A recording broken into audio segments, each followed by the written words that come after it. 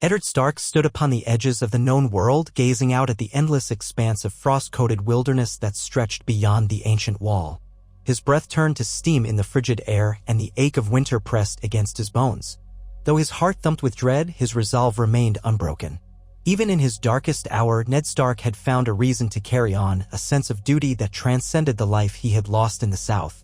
He had chosen this path rather than the black cells of the Red Keep or the silent gloom of the Night's Watch. There was a new threat now, one too dire to ignore, and the realm would need a firm hand to guide its last line of defense.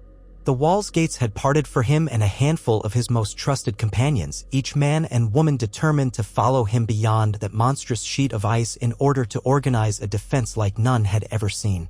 The Watch Beyond the Wall, some called it. A ragged band of exiles and outcasts, loyal to Ned alone, forging a new path through the unknown. Far to the south, lords and ladies played their cruel games of thrones, where words cut as sharply as swords, but for Ned, the only game that mattered lay here in the bitter north, among the shadows that lurked over the horizon. He trudged through the snow, each footstep crunching over icy crusts, until his party came to a small clearing just north of the wall. The old-growth forests stood like silent sentinels around them, branches weighed down by mounds of snow. In the distance, the shape of a towering peak rose through the pervading gloom, half lost in the swirl of white. Jon Snow walked beside him, the young man's dark curls ruffled by the wind. The boy, he would always be a boy in Ned's eyes, carried himself with quiet determination. Absent was the brooding solemnity that often claimed him behind the wall, replaced now by a fierce watchfulness. He had refused to leave Ned's side, and for that Ned felt grateful. Beyond the boy was Jory Castle, stoic and resolute, though still recovering from the wounds he'd received when the Lannisters demanded Ned's head.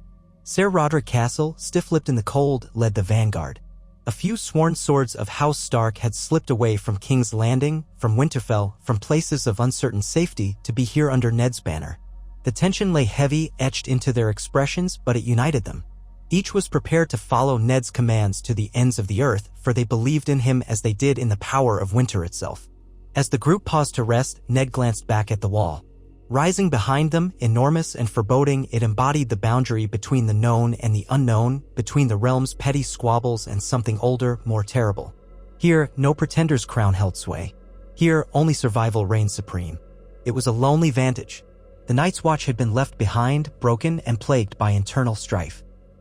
In the wake of Ned's downfall in King's Landing, many Black brothers had scattered, some pressed into the service of other lords, some returning to the Shadow Tower, some turning to banditry. But Ned had refused to don the black as his punishment. He had refused to give Cersei and Joffrey the satisfaction of deciding his fate. By rights, he should have died on the executioner's block. But the gods were merciful, or maybe just crueler than men. Word reached him that a nightmarish threat stirred in the far north, and that Mance Rayder, once known as the King Beyond the Wall, had vanished. The winds told of others on the move, of dead men rising to roam the ice-laden forests. The lords of the south knew little and cared less. Ned Stark, traitor or not, would not abandon the realm to that doom. He had parted from King's Landing in secrecy, aided by those who still believed in his honor. The conspirators had whisked him through hidden corridors and old smugglers' paths at great peril to their own lives. More than once he almost turned back, certain that his captors or the gold cloaks would catch him. But each time he remembered the children he had left behind, Sansa and Arya, the girls he had tried to shield from horror, and Robb, Bran, Rickon in Winterfell. Each time his love for them lit the darkness, urging him onward. If he could buy them a chance at life, any life, then the risk was worth it. So now he stood in a wilderness as vast as any sea, alone but for his loyal companions, forging an alliance that might be the realm's last hope.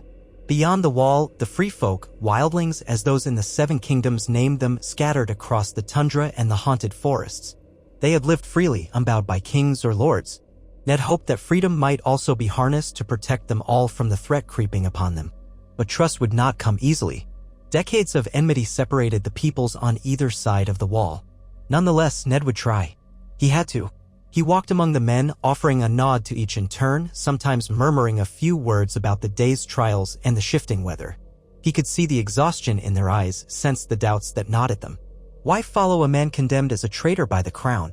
Why risk their lives to walk beyond that ancient border where legend claimed demons roamed? But each time, Ned's quiet authority spurred them on, instilling renewed conviction. He could still inspire loyalty, maybe that was the last gift he possessed. Jon approached, his gloved hands trembling slightly from the cold. "Uncle," he said softly. There's sign of a wildling camp a league or so north. One of our scouts spotted smoke rising through the trees. His keen eyes shone with tempered excitement. Should we investigate? Ned's jaw tightened. They had come here to find the free folk, to parley if they could. Aye, he said, pulling the thick fur cloak tighter around his shoulders. Gather half a dozen men. Let's see if we can show them we mean no harm. John bowed his head. We'll be ready. Jory Castle approached next, bowing in respect. He still wore the same battered surcoat bearing the dire wolf of House Stark. Lord Stark, he began, the men grow anxious. None have seen these others we speak of. They only know them through stories. They wonder if it's truly our place to do this. They don't have to believe the stories, Ned said in a low voice. They only have to trust me. And if they cannot trust me, then they must trust their own eyes when the moment comes. We cannot wait for proof to appear at our feet, Jory. In the old tales, waiting is what doomed men to shadows. Jory inclined his head gravely. I understand. Ned offered the man a small, tired smile. We keep on. That is all. Winter is near, but so is the night's terror. We must stand or watch the realm fall to nightmares. The party resumed their slow northward march, forging a path through densely packed conifers. Their breath fogged in the harsh air, joining the shuddering quiet. The snow seemed to muffle every sound so that even the crunch of boots and the groan of tall pines felt distant. Crows eyed them warily from black branches, their calls echoing through the gray gloom. Overhead, the sky hung low with steel-colored clouds, threatening another snowfall. The day would be short, nightfall coming swiftly across the bleak horizon. They had not traveled more than a half-mile when John raised his hand to halt the group. He pointed silently ahead, and Ned saw it too, a thin tendril of smoke rising amidst the skeletal outline of a copse. They approached with caution, leaving half their number behind to provide backup if needed. Ned held his hand aloft in a peaceable gesture, hoping against hope that the wildlings would pause to consider before drawing blades. A handful of tents clustered in a small circle among the trees, the ground churned to slush by frequent footfalls. At the center burned a weak fire, barely coaxed to life by a tall woman with sunken cheeks. She was gaunt, hair braided with bones, and her eyes widened when she beheld the newcomers. A trio of armed men stood to her left, axes and bows in hand. Their pelts and patchwork armor bore scars of many skirmishes, but they made no immediate move to flee or attack. Fear warred with curiosity on their half-hidden faces. Ned stepped forward first, motioning for John and Jory to keep their swords sheathed. He drew back his fur hood, letting them see his face. We mean no harm, he said, voice echoing in the hush of the woods. We are not crows of the Night's Watch. We come to seek allies against a common enemy. One of the wildling men spat on the ground. Southron scum, he muttered, glaring at Ned's surcoat. Talk of allies is cheap. You wear steel under the fancy cloak. John tensed beside Ned, but Ned merely inclined his head. We wear what we must to survive. You do the same. We are not your enemy. The tall woman stood up, letting the flickering fire throw sharp shadows across her face. She studied them, her gaze lingering on Ned's gray eyes, on the lines carved into his skin by sorrow and responsibility. Something about his countenance seemed to calm her, or at least stir a hint of understanding. You're a man of the 7 kingdoms, she said. Why come all this way beyond the wall, if not to drag us back in chains? Or do you want to cut us down here? If that was our intent, we would have attacked at once, Ned replied. We have come to find common ground. We know that Mance Raider is gone, that your people are scattered. We have heard of an ancient threat returning, an army of the dead. We wish to stand with you against it. The men exchanged uneasy looks. The quiet hush of snow-laden trees felt thick with portent. It was the woman who spoke again, narrowing her eyes. We've seen signs, she admitted, voice low. Even in the deep wood, the wind carries rumors of pale shapes that walk at night, of corpses that do not rest in their graves. The old tales are returning, so it seems. But how do I know you're not just another crow who wants to put our heads on spikes? Ned sighed, shifting his weight. Because I am no longer a lord of the 7 kingdoms or a sworn brother of the Watch. I am simply a man with no home but the one I make here. My name is Eddard Stark, and I was once the Lord of Winterfell, but I was condemned as a traitor. You might say that I am as much an outcast as any of your own. A flicker of recognition passed over the woman's face. Stark, she breathed, as though testing the syllable on her tongue. We've heard that name for generations. The Starks built that wall, did they not? Or maybe it was your forebears who commanded it. You're one of them. I am, Ned answered. But what matters now is that we share the same land. The danger we face does not heed crowns or thrones. If the others come, we must fight them together. For a moment, no one spoke. Then a faint smile touched the woman's lips, as though some small hope kindled within her. The men around her still looked suspicious, but they had relaxed their stances. I am Ryan of the Frostfangs, she said. We have heard of men with courage, men who keep their word. Maybe you are one such man, maybe not. But times are desperate. We will listen to your proposal. Warm yourselves by our fire. Ned nodded in gratitude, motioning for Jon and Jory to join him in the circle. The men who had once served House Stark approached warily, conscious that these wildlings could still turn on them in a heartbeat. But for now, a fragile truce took shape. Ryan offered them a place near the sputtering flames, and Ned thanked her.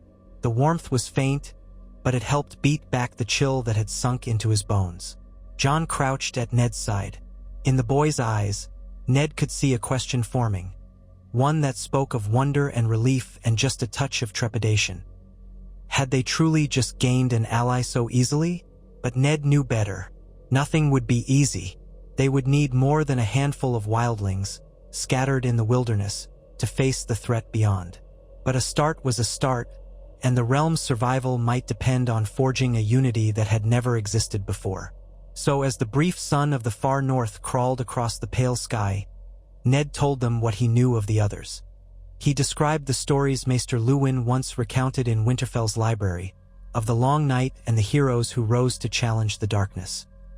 He spoke of the changes he had seen in the failing Night's Watch, the restless dead rumored to roam in the haunted nights, the uncertain loyalty of the southern lords who refused to believe in such old fables. It was a grim tale, but these wildlings did not scoff as the highborn lords might have done. Their eyes glimmered with recognition, for they had lived with the threat all their lives in some distant form, a fear passed from mother to child through the generations. Fear might lead to caution or panic, but it could also unite. By the time Ned finished, even the most suspicious among them seemed troubled. Ryan exhaled, gazing at the meager fire as if searching for omens in its embers. We'll spread word to the rest of our band, if you'll lead us, she said. We have no king now that Mance is gone, but we need a leader. The dead won't wait for us to quarrel. Ned met her gaze. I'll lead those who'll follow, but I will not rule. We face the cold together or not at all. She nodded, a small, solemn acknowledgement. The realm beyond the wall has never known unity, she admitted. We're a fractious folk, but at least a few will come if they hear the name Stark. We have stories of your line that linger in our songs. Hope stirred in Ned's chest, tempered by the knowledge of how fleeting these alliances could be. Still, any chance was better than none. Then let us band together, he said softly. We'll gather what forces we can, find a place to make our stand. The rest will follow from necessity. Outside, the wind rose, stirring the boughs in a melancholy chorus. Snow drifted from the laden branches, dancing in the fading twilight. Ned caught Jon's eye, and the boy nodded slightly as though to say, we have made the first step. Their watch beyond the wall had begun. They stayed the night in that small clearing, building a second fire and setting men on watch. The cold was merciless, gnawing at toes and fingertips even through layers of wool and fur. But the men kept their spirits alive with talk. Ned found himself drifting in and out of a weary doze, haunted by the memory of a different night in King's Landing. He saw flashes of Sansa's tearful eyes, Arya's fierce defiance, the Lannisters' mocking faces. But the dream bled into images of Bran lying broken after his fall from the tower, and the dreaded day he had parted from Winterfell. Faces, voices, regrets. They swirled through his sleep, mingling with visions of the wall rising infinitely as though it might swallow the sky. When he awoke near dawn, the world was blanketed anew by fresh snow, and the first glimmers of pale light revealed the outlines of bent pines. He rose to find Ryan standing at the camp's edge, staring northward. We lost some of our kin up that way, she said quietly when she noticed Ned. Raiders, explorers, call them what you will. They vanished. Some believe they might have turned to the others. Others say they're simply dead.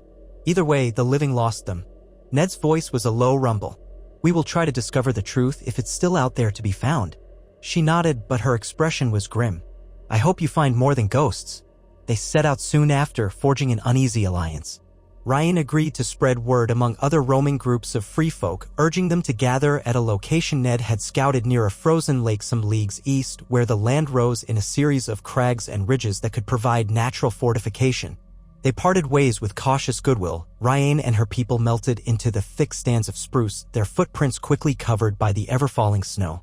Ned watched them go, then motioned for John and the rest to follow him in the other direction.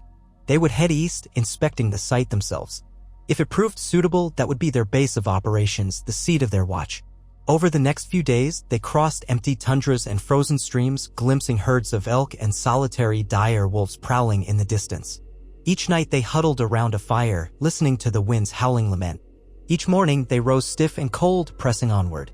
Eventually, they reached the place Ryan had mentioned, a ring of rocky outcrops overlooking a wide plain of ice. The lake beneath that ice was large, fed by streams from the frost fangs. A few twisted, ancient trees grew from the rocks, their roots clinging to every crack.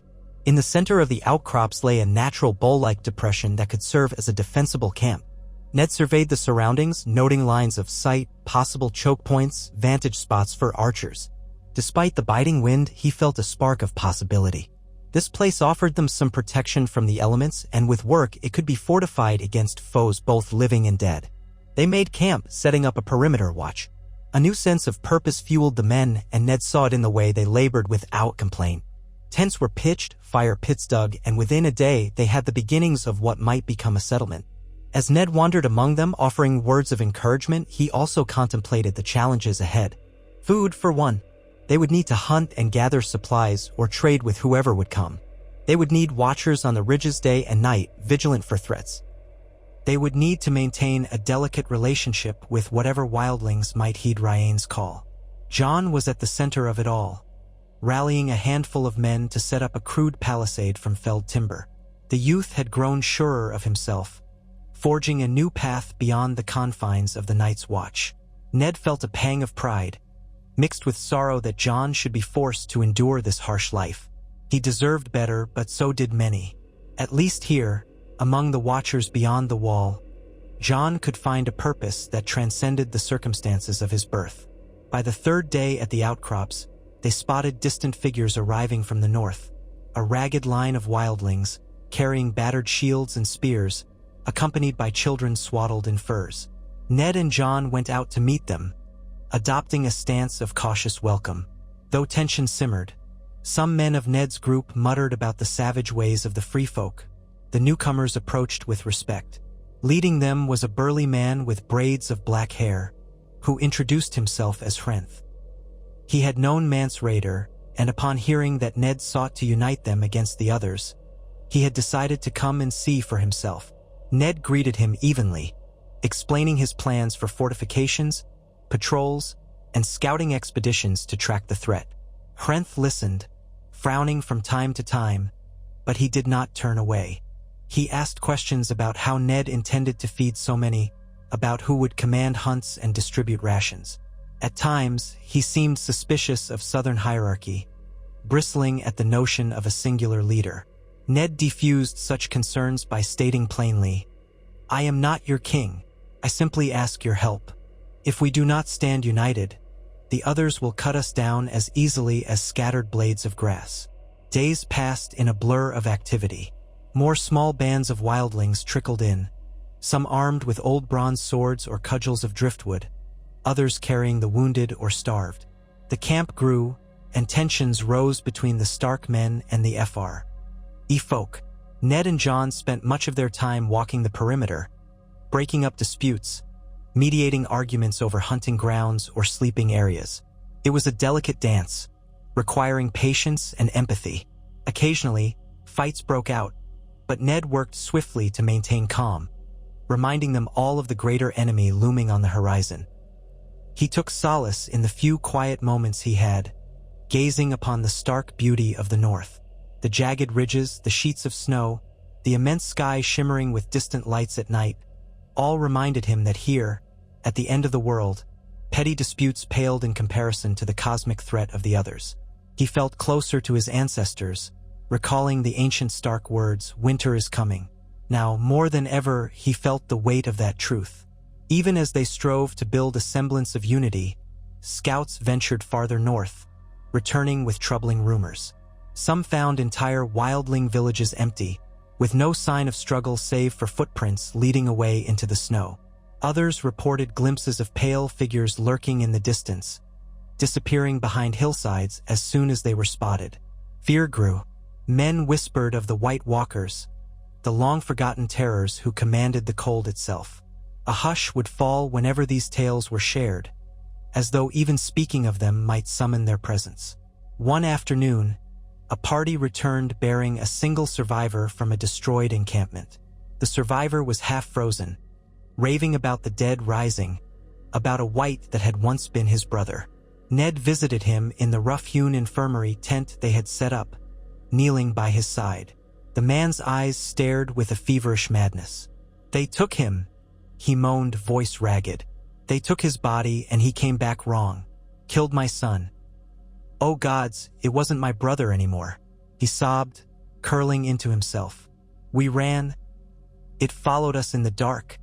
The cold, so cold." Ned placed a gentle hand on the man's shoulder, though he knew no words could truly comfort him. "You're safe here," he whispered, though a part of him doubted there was any true safety left to be found. "Rest now." Night fell quickly in these latitudes, bringing swirling snow and the soft glow of moonlight over the ridges. Ned walked among the tents and rough huts they were constructing, ensuring that guards were posted with torches and horn blasts ready. The final watch would be his own. He trudged up to a rocky vantage point, where from a stony ledge he could see the white plains spread out below. The moon lit the ice, turning it to silver. The silence was profound, broken only by the faint rustling of wind and the distant caw of a lone bird. He thought of Caitlin, of her warm presence beside him in the nights at Winterfell, and an ache welled in his chest. He thought of Robb, who might now be leading men in the south to war for a father declared a traitor. He thought of Arya, so full of fury at injustice, who might be lost and alone. Sansa, sweet Sansa, once betrothed to that monstrous boy king. Bran and Rickon, so young. He had failed to keep them safe in King's Landing, but perhaps by standing here he could protect them from a greater evil still. Maybe that was all he could do now, be a shield even from afar. "Uncle," came a soft voice. Ned turned to see Jon approaching, dark eyes filled with concern. The boy carried a torch, though its flame barely cut the cold. "You should rest. Others can take your shift." Ned shook his head. "I need to clear my thoughts." But he relented a fraction, stepping away from the edge and turning to Jon. "Walk with me." They made their way down the rugged path, the torchlight dancing over the broken rocks. "I remember when we first came to the wall," Jon murmured, a hint of wistfulness in his tone. "I never imagined I would find you here, leading the free folk, forging something new. Sometimes it feels like a dream," Ned said, "and sometimes it feels like a nightmare. But we do what we must." They paused by a narrow defile that led to the main camp. "I wonder about Sam," Jon added suddenly, referring to his friend in the Night's Watch. "What he must think, what the Watch must think now that we've gone rogue." "They'll think us old breakers, or worse," Ned replied with a heavy sigh. "But we stand for the realm as the Watch was once meant to do. Let them judge how they will. In the end, the truth of our deeds will be revealed." Jon nodded, but he looked troubled. "And the others, you believe they'll come soon?" Ned's gaze drifted to the horizon. "I don't know, Jon, but I believe they will come. We must be ready or fail." They parted ways as the night deepened, each drawn to a different task. Men still needed leadership reassurance. Supplies needed organizing. Guards needed schedules. Ned forced himself to remain alert, though a bone-deep fatigue gnawed at him. No matter. This was his penance for past failings. The days turned into weeks, and the settlement dubbed Snow Shield in an offhand jest by one of the free folk began to take shape. Wooden walls rose, watchtowers made from interlaced pine trunks. Snares and traps were set in the surrounding woods. Scouts patrolled constantly, led by a combination of Ned's loyal swords and wildling trackers who knew the terrain intimately. More people arrived, some in desperate condition, fleeing White Walker sightings or rumors of white attacks. Others came out of curiosity to see what the so-called Stark was doing, claiming unity among the free. Many were armed with not but pitchforks or crude knives, but they brought children and elders who needed care. A small sense of community burgeoned, precarious but real. Strangely, in the forging of that community, Ned rediscovered a sense of himself that he feared had been lost in the dungeons of King's Landing. He remembered the old ways of the North, the kindness and practicality that once defined Winterfell.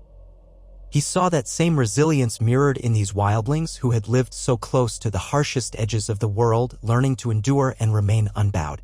Perhaps there was not so large a gulf between them after all. They shared the same sky, the same lethal cold, the same fear of the unknown. Maybe that was enough to unite them. While Snow Shield grew, rumors also spread of skirmishes between the others and far-flung bands of free folk. Occasional refugees arrived telling stories of entire groups being wiped out or corpses found with shards of ice in their chests. The watchers on the ridges reported glimpses of sinister shapes in the distance under the moonlight, though no direct confrontation occurred yet. But Ned felt it, a mounting pressure in the cold wind, as though the land itself braced for an onslaught. He doubled patrols, urging the men to prepare themselves. He trained them to use fire, to set up barricades that could be lit quickly.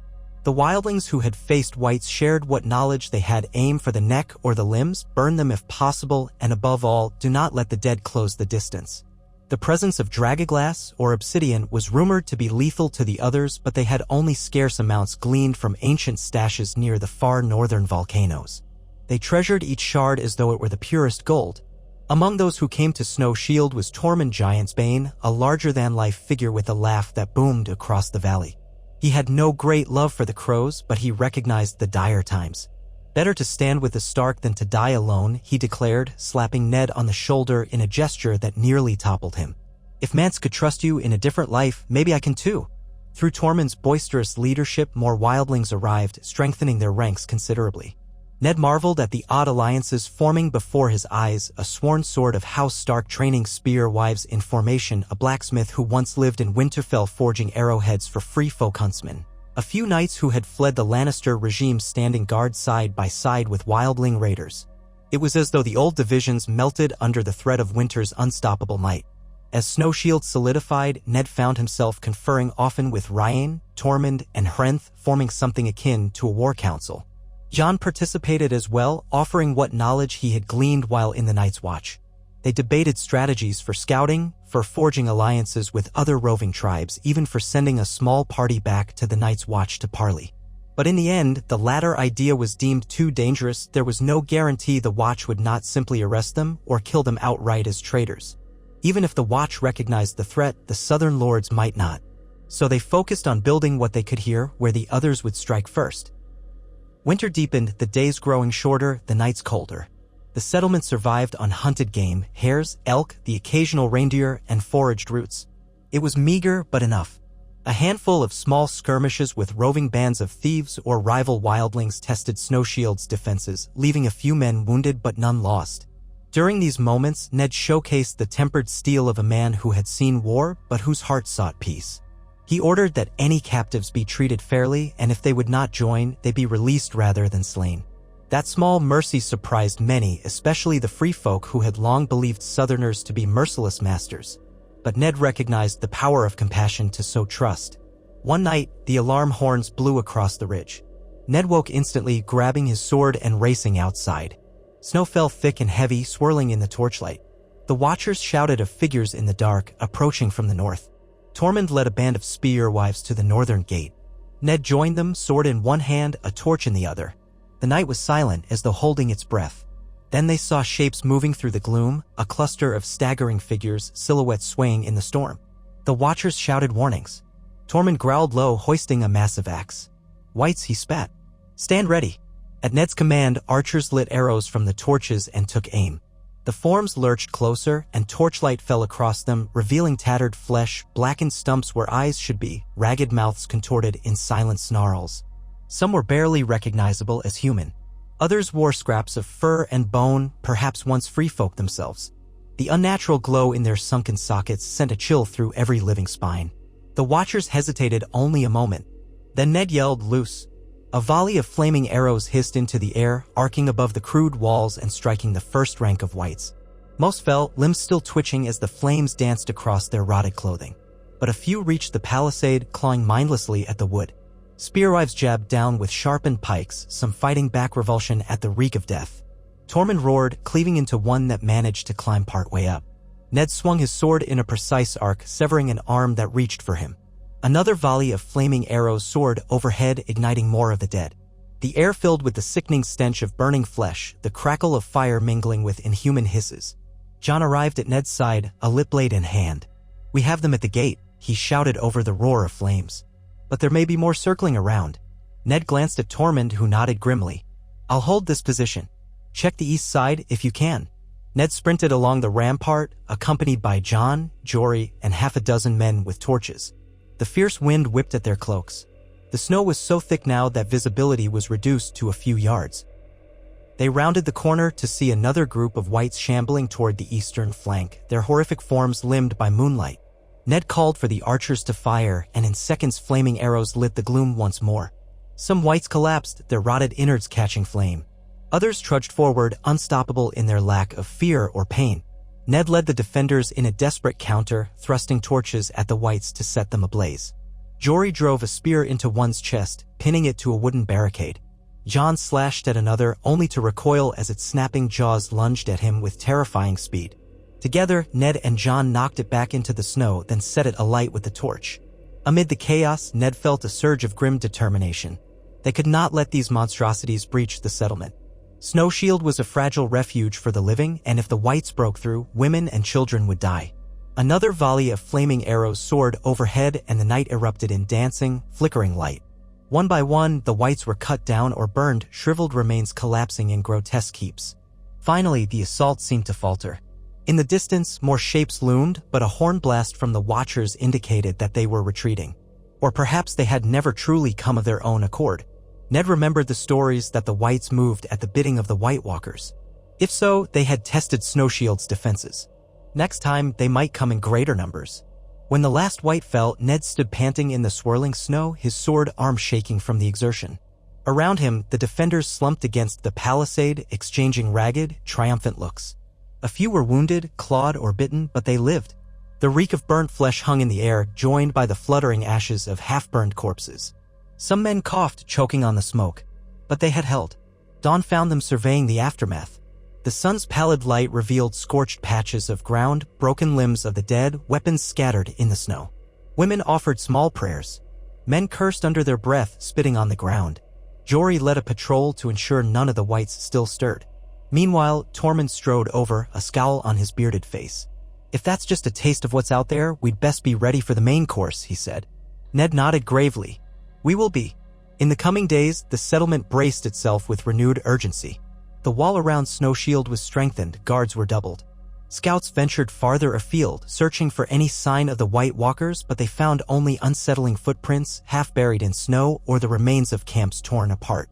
Whispers circulated about an encroaching darkness, pushing southward with each passing night. Ned recognized the growing fear in the people's eyes, so he endeavored to show calm, to maintain discipline. He spoke to them in quiet gatherings around the fire, reminding them why they had come, the purpose they shared. Though some might have called him traitor, oath-breaker, or a fool, to these folk he was the man who dared to stand between them and the endless night. For that they listened. For that they fought. Then, one evening, as Ned was discussing supply routes with Ryan and Hrenth in the main lodge, there came a frantic pounding on the door. One of the scouts burst in, face bloodied and pale with terror. He collapsed at their feet, gasping for air. "They're coming," he rasped. "The White Walkers, an army. I saw them. They're not far, maybe a day's march, two at most." Silence seized the room. No one moved. Ryan swallowed hard, face grim. Hrenth clenched his fists, knuckles turning white. Ned's heart hammered in his chest, for he knew this would be the moment their resolve was tested to the utmost. If the others truly marched upon them, they would face them here, at the ragged edge of the world. A confrontation centuries in the making, the living against the dead. Ned's mind raced with strategies, but the reality was stark. They had only so many archers, a hastily built wall, small caches of oil and pitch for flame, and a meager handful of dragaglass daggers. It would have to do. He helped the scout to his feet, setting him gently on a stool. "Tell me everything," Ned said, voice calm but urgent. The scout described a harrowing journey through icy ravines, stumbling upon a massive host of wights, hundreds, perhaps thousands, led by tall, gaunt figures whose eyes shone ice blue in the moonlight. The scout barely escaped, losing 2 companions. They had no doubt the others were moving south, inexorable as the tide. Ned sent word for the settlement's defenders to gather. Men, women, everyone who could hold a weapon or carry supplies. Fires were lit. The small courtyard bustled with fearful energy. Jon arrived, brow furrowed in grim determination. Tormund roared for the spear wives to rally, brandishing his axe. Old men tightened the straps of battered armor. Mothers took their children to a secured cavern in the ridge, promising to defend them if the walls were breached. Ned stood before them all, the swirling snow illuminated by torches. The hush that fell was pregnant with dread, but also with a desperate kind of hope that there might be a chance if only they stood firm. He cleared his throat, searching for the right words. "We have come this far because we chose not to yield," he began quietly, voice steady but laden with emotion. "We came here to escape the tyranny of kings, or the cruelties of fate, or the condemnation of those who did not understand us. But now, the greatest threat of all marches upon our door. A threat that does not care for titles or borders. It brings with it an endless night, a cold that will never relent. That threat is here, and we must face it together." He paused, letting the torchlight flicker across the sea of anxious faces. "We may be outnumbered. We may be unprepared. But look at us. We are Night's Watch deserters, wildlings, lords' men, exiles, and loyal knights. We are as different as the stars in the sky, but we share one truth: we live. And we will fight to stay alive, to protect each other, to protect the land and the families we hold dear. Remember this: the others cannot know love or fear, cannot know joy or sorrow. That is our strength. We fight for each other, for the living. And with that bond, I believe we can prevail. I ask you, stand with me, stand with each other. Let us show the ancient enemy that the living will not go quietly into the dark." He ended there, not with some grand flourish, but with a simple appeal. Silence stretched. Then Tormund raised his axe and bellowed for the living. And a ragged cheer went up, men pounding swords on shields, women clenching fists with fierce resolve. Ned felt the surge of unity like a palpable force, fleeting yet powerful. They readied every weapon at their disposal. Pits were dug outside the walls and lined with pointed stakes. Barrels of pitch were stationed near the gates, ready to be poured or lit. The meager supply of dragon glass was distributed among the best fighters, though it was but a handful of daggers and arrowheads. The archers took up positions on the makeshift ramparts, while ground fighters arrayed themselves at the gate or in strategic positions along the walls. Fires blazed, illuminating the snow in shifting orange and red, dancing shadows across anxious faces. Jon came to Ned's side. The boy was fitted in leather and fur, sword at his hip. "I will stand with the archers," he said. "I can see farther from the rampart." Ned nodded. "Watch for the walkers themselves. If one is sighted, call for the dragonglass. Only they can slay them." Jon placed a hand on Ned's shoulder. "And you? Where will you stand?" "Here, at the gate," Ned answered. "When they come, this is where the first clash will be. If we break, all is lost. We cannot break." Jon's eyes glistened, and for a moment he was just a boy again, terrified of losing his father figure. "We won't break," he promised. Then he turned and vanished into the swirling chaos of the courtyard, heading for the ramparts. Ned stood near Tormund, Jory, and Hrenth at the gate, watching as the watchers signaled from the ridges. Torches flickered like fireflies in the distance. The wind howled, carrying an eerie hush from the north. Hours crawled by, and the tension was excruciating. Then, faintly, across the blank white fields, a darkness moved. They were coming. He felt it first as a prickle on the nape of his neck, a wave of cold deeper than any winter breeze. The watchers atop the ridge blew their horns in a frantic alarm. The defenders readied their bows, their spears, their torches. Ned stared into the gloom, heart pounding like a war drum. Shapes appeared, silhouettes outlined by the flickering glow from the fires behind them. An endless sea of dead, stumbling, crawling, some sprinting with unnatural speed. Behind them, a few tall figures glided across the snow, eyes gleaming with the cold blue of the grave. The White Walkers. Even though Ned had steeled himself for this moment, the sight nearly stole his breath. He felt a tremor course through him. But it was too late to flee or to cower. The living must fight. "Loose arrows," he roared, and a volley whistled through the air.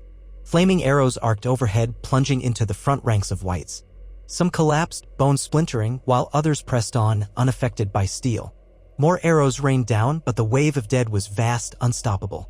They crashed against the sharpened stakes like a dark tide, some impaling themselves, others piling up until they spilled over. Spearwives stabbed downward, trying to keep them from the walls. Tormund bellowed curses, swinging his axe to hack at limbs that grabbed for him.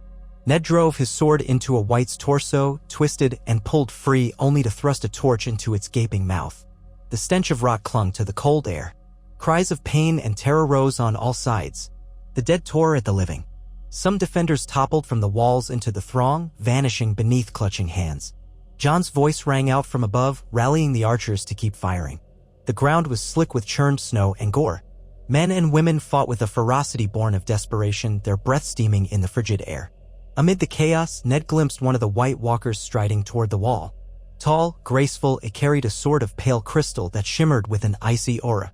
Its very presence brought a wave of numbing cold. He shouted for the dragon glass, and Jory tossed a dagger up to the nearest spearman, who hurled it down at the walker. With fluid ease, it sidestepped, then turned its eerie gaze upon the spearman. Another scout tried to attack from behind, thrusting a burning sword at its back. But the walker whirled, slashing through the blade as though it were paper. Icy shards flew. The scout fell, clutching a severed arm.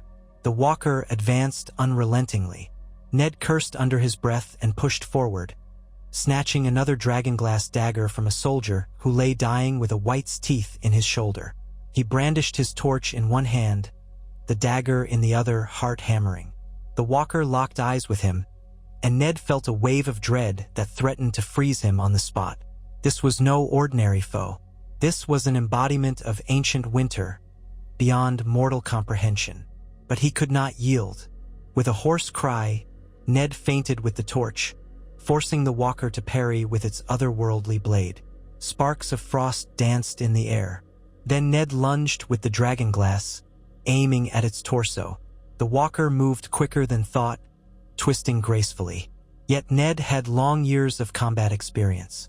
He shifted, pivoting, and managed to slash across the walker's arm. For an instant, a hiss like cracking ice split the air. A look of alien rage contorted the walker's gaunt face, and it struck out with its sword. Ned barely raised the torch in time.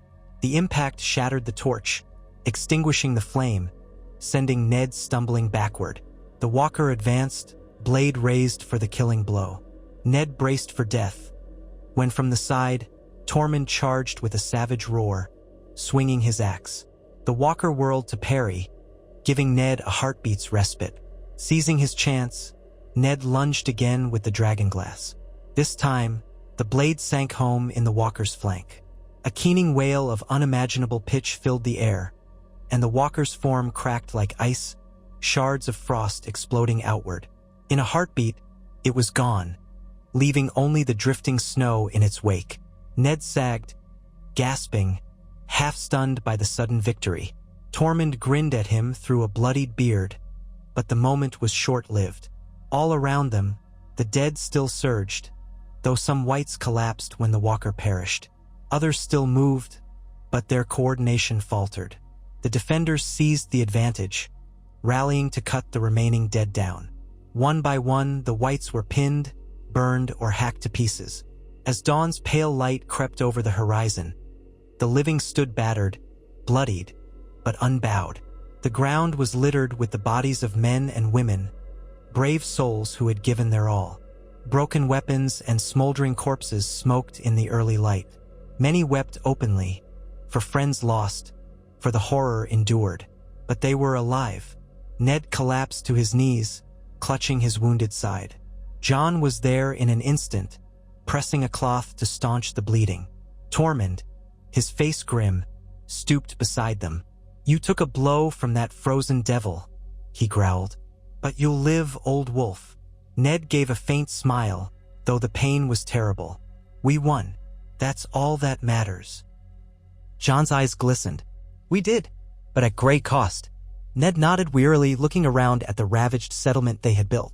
Yet in that devastation he saw hope. The living had stood against the others and prevailed. They had proven that unity could stop the tide of darkness, at least for a time. In that moment, Ned Stark felt something stir inside him, a promise that perhaps the realm and his children might yet see a sunrise free of dread.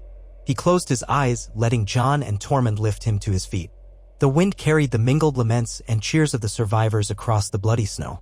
In the distance, the silhouette of the wall shimmered, a testament to the old boundaries that no longer mattered. Here, at the end of the world, a new chapter had begun. Ned Stark had led the watch beyond the wall, and in the face of the longest night, they had not faltered. Whether that would be enough to save them all from winter's wrath, only the gods could say. But for now, they had earned the dawn, and that was victory enough. In the wake of that hard-won dawn, Snow Shield lay battered. The walls bore scorch marks and gashes where wights had clawed and forced their way up the timber. The gate was a wreck of splintered posts. Here and there, fires still smoldered amid the collapsed remains of the undead, sending up tendrils of pungent smoke. The living moved slowly through the ruins, dragging the fallen to a clearing to be buried or burned, comforting the wounded with murmured words and heated wine. Somewhere in the distance, a woman cried out for a husband who would never answer. Amid the groans of survivors, Eddard Stark found little solace in their victory. They were alive, but scarred. He stood with one arm braced against a half-toppled section of palisade, his side burning as though the White Walker's blade still pressed to his skin. Jon Snow hovered at his elbow, watchful as ever. Ned's cloak hung in tatters, and blood seeped through the makeshift bandage wrapped around his flank.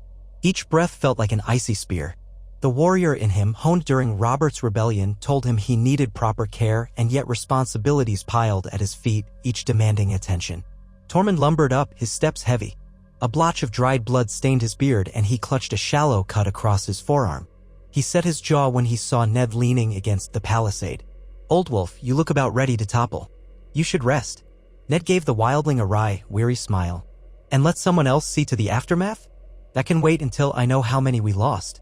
Tormund spread his hands. "You're stubborn as a mountain, Stark. But I'll tell you, the count is grim. Maybe 24 dead. Another score badly wounded. The place looks like a graveyard." His breath steamed in the cold as he surveyed the devastated courtyard. "But we stand." Jon gestured to a stretch of ground where men and women had begun gathering the fallen. "We'll bury them in the highest part of the ridge, or burn them if we must," he said quietly. "The whites can reanimate corpses unless they're burned, that much we know from the old stories." Ned nodded, a heaviness in his heart. These dead had trusted him. They had fought under his command, believing that together they could defend their own. Now, many would never see the next sunrise. "We burn them," he said. "Give them what rights we can. It's what must be done." The words came out hollow, though he tried to keep them measured. He had seen enough war to know how quickly a proud host could vanish into the dirt. He meant to walk the perimeter, but his vision swam after just a few strides. Jon caught him around the shoulders, alarm flaring in the boy's eyes. "Uncle, you're bleeding again." Ned attempted a dismissive gesture, but it was feeble. "I'll be fine." Tormund snorted. "Don't be stubborn, man. You're no good to us dead. I'll help Jon drag you to the healers if I must." A wave of dizziness forced Ned to concede. Gritting his teeth, he allowed them to guide him across the cluttered courtyard toward the nearest shelter, an old barracks-like structure they had hastily erected from pine logs. Inside, the air was thick with the metallic tang of blood. Several straw pallets were laid out, some occupied by the wounded.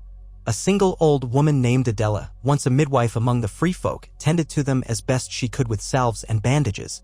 She looked up sharply when Jon and Tormund brought Ned in. "Lay him on that pallet," she ordered. "Fetch me fresh water from the heated cauldron and some of the boiled bandages."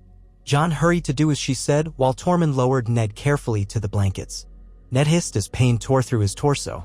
Adela peeled away the old bandage, exposing a shallow but jagged wound that radiated cold as if the White Walker's sword had left a shard of ice behind. She frowned at the sight of pale discoloration around the flesh. "Looks foul," she muttered. "Have to clean it. Might be there's an evil in the blade that struck you.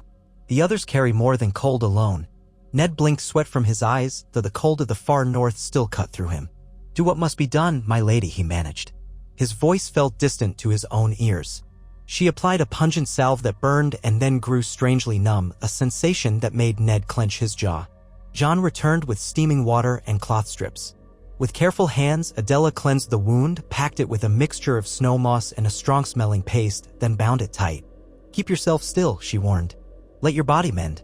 That's an order." Tormund gave him a teasing grin. "You heard the old crone." Ned tried to chuckle, but even laughter hurt.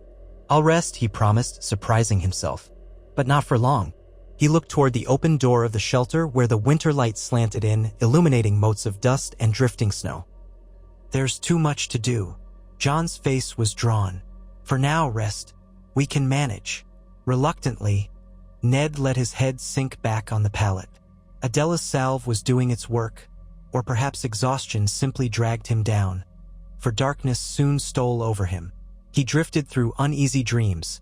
snatches of memory and prophecy, glimpses of an endless white plain studded with corpses. He thought he saw Bran's face among the dead, pale and unseeing, only to watch it shift into a skull with glowing blue eyes. He wanted to shout, but no voice would come. At length, he awoke to the sound of soft murmuring. He blinked, adjusting to the low light. Someone had hung blankets across the entry to keep the worst of the wind out. Snow hissed against the walls. He saw that night had fallen again. The flicker of firelight cast dancing shapes upon the timbers overhead. John knelt nearby, speaking with Ryan. The spearwife's face was etched with worry. When Ned stirred, they both turned toward him. Ryan rose, crossing quickly. "Lord Stark," she said quietly, "how do you fare?" He pushed himself upright, biting back a groan. "I'm alive." He rubbed a hand over his beard, found it ragged and stiff with dried sweat. "What news?" Her expression tightened. "Many of our fighters are on their feet, but we're short on supplies. The wounded suffer. Some won't last unless we find more potent remedies or at least better food. A group of us scoured the forest for game, but the land's been hunted nearly bare. We might need to push farther out." Ned nodded. "Then that's what we'll do. Food is life. Without it, we're doomed before the others ever return." She hesitated a moment, exchanging a glance with John. "There's more." Tormund led a few scouts beyond the old ridge to see if the Whites left any sign. They found tracks that suggest the others retreated north but not far. He believes they may regroup. If they attack again soon. She trailed off. No further words were necessary. Ned took a slow breath, trying to organize the thoughts fighting for space in his skull. "We can't withstand another assault like that, not so soon. We must shore up our defenses, gather more allies if we can. Perhaps we can even parley with the Night's Watch." He paused, recalling how some Black brothers might consider him the worst kind of criminal, an oathbreaker or a traitor to the crown. Though the Watch has been weakened by strife, they might lend men and supplies if they understand the true danger. John's lips parted, surprise flickering across his features. "You want to risk going to Castle Black? They could arrest you on sight, or me." Ned's jaw set. "Better that risk than waiting here to be slaughtered. The realm is at stake. The walkers will not stop at Snowshield. If they break us, they'll move south, and all the petty lords who once condemned me will suffer the same doom. The Night's Watch was founded to stand against this threat. If there's any honor left among them, they'll help." Ryan's eyes held both apprehension and admiration. "You'd take that risk for us, Lord Stark?" Ned replied. "For you, for all of us. I have no illusions about how I'll be received, but I'd rather face their scorn than watch more of our people die." They fell silent, hearing the wind gnaw at the walls. "Eventually," John said, "we'll need to send a delegation. Perhaps Tormund or Hrenth can lead a strong enough band to defend you on the road.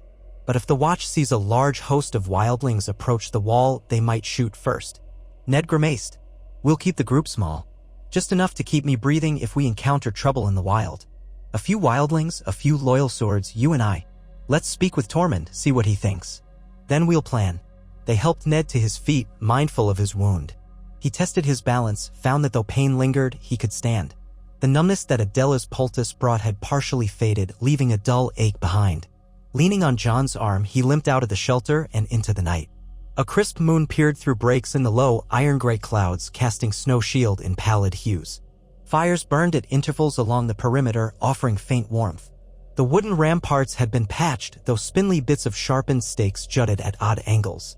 Everywhere Ned looked, he saw the aftermath of battle, splintered arrows, large swathes of churned snow stained brownish red, scorched piles of twisted limbs still awaiting the funeral pyre. Yet despite it all, he felt an undercurrent of resilience as survivors strove to rebuild. He had to believe that determination would carry them forward. They found Tormund by the northern barricade, overseeing two men who hoisted fresh logs into place.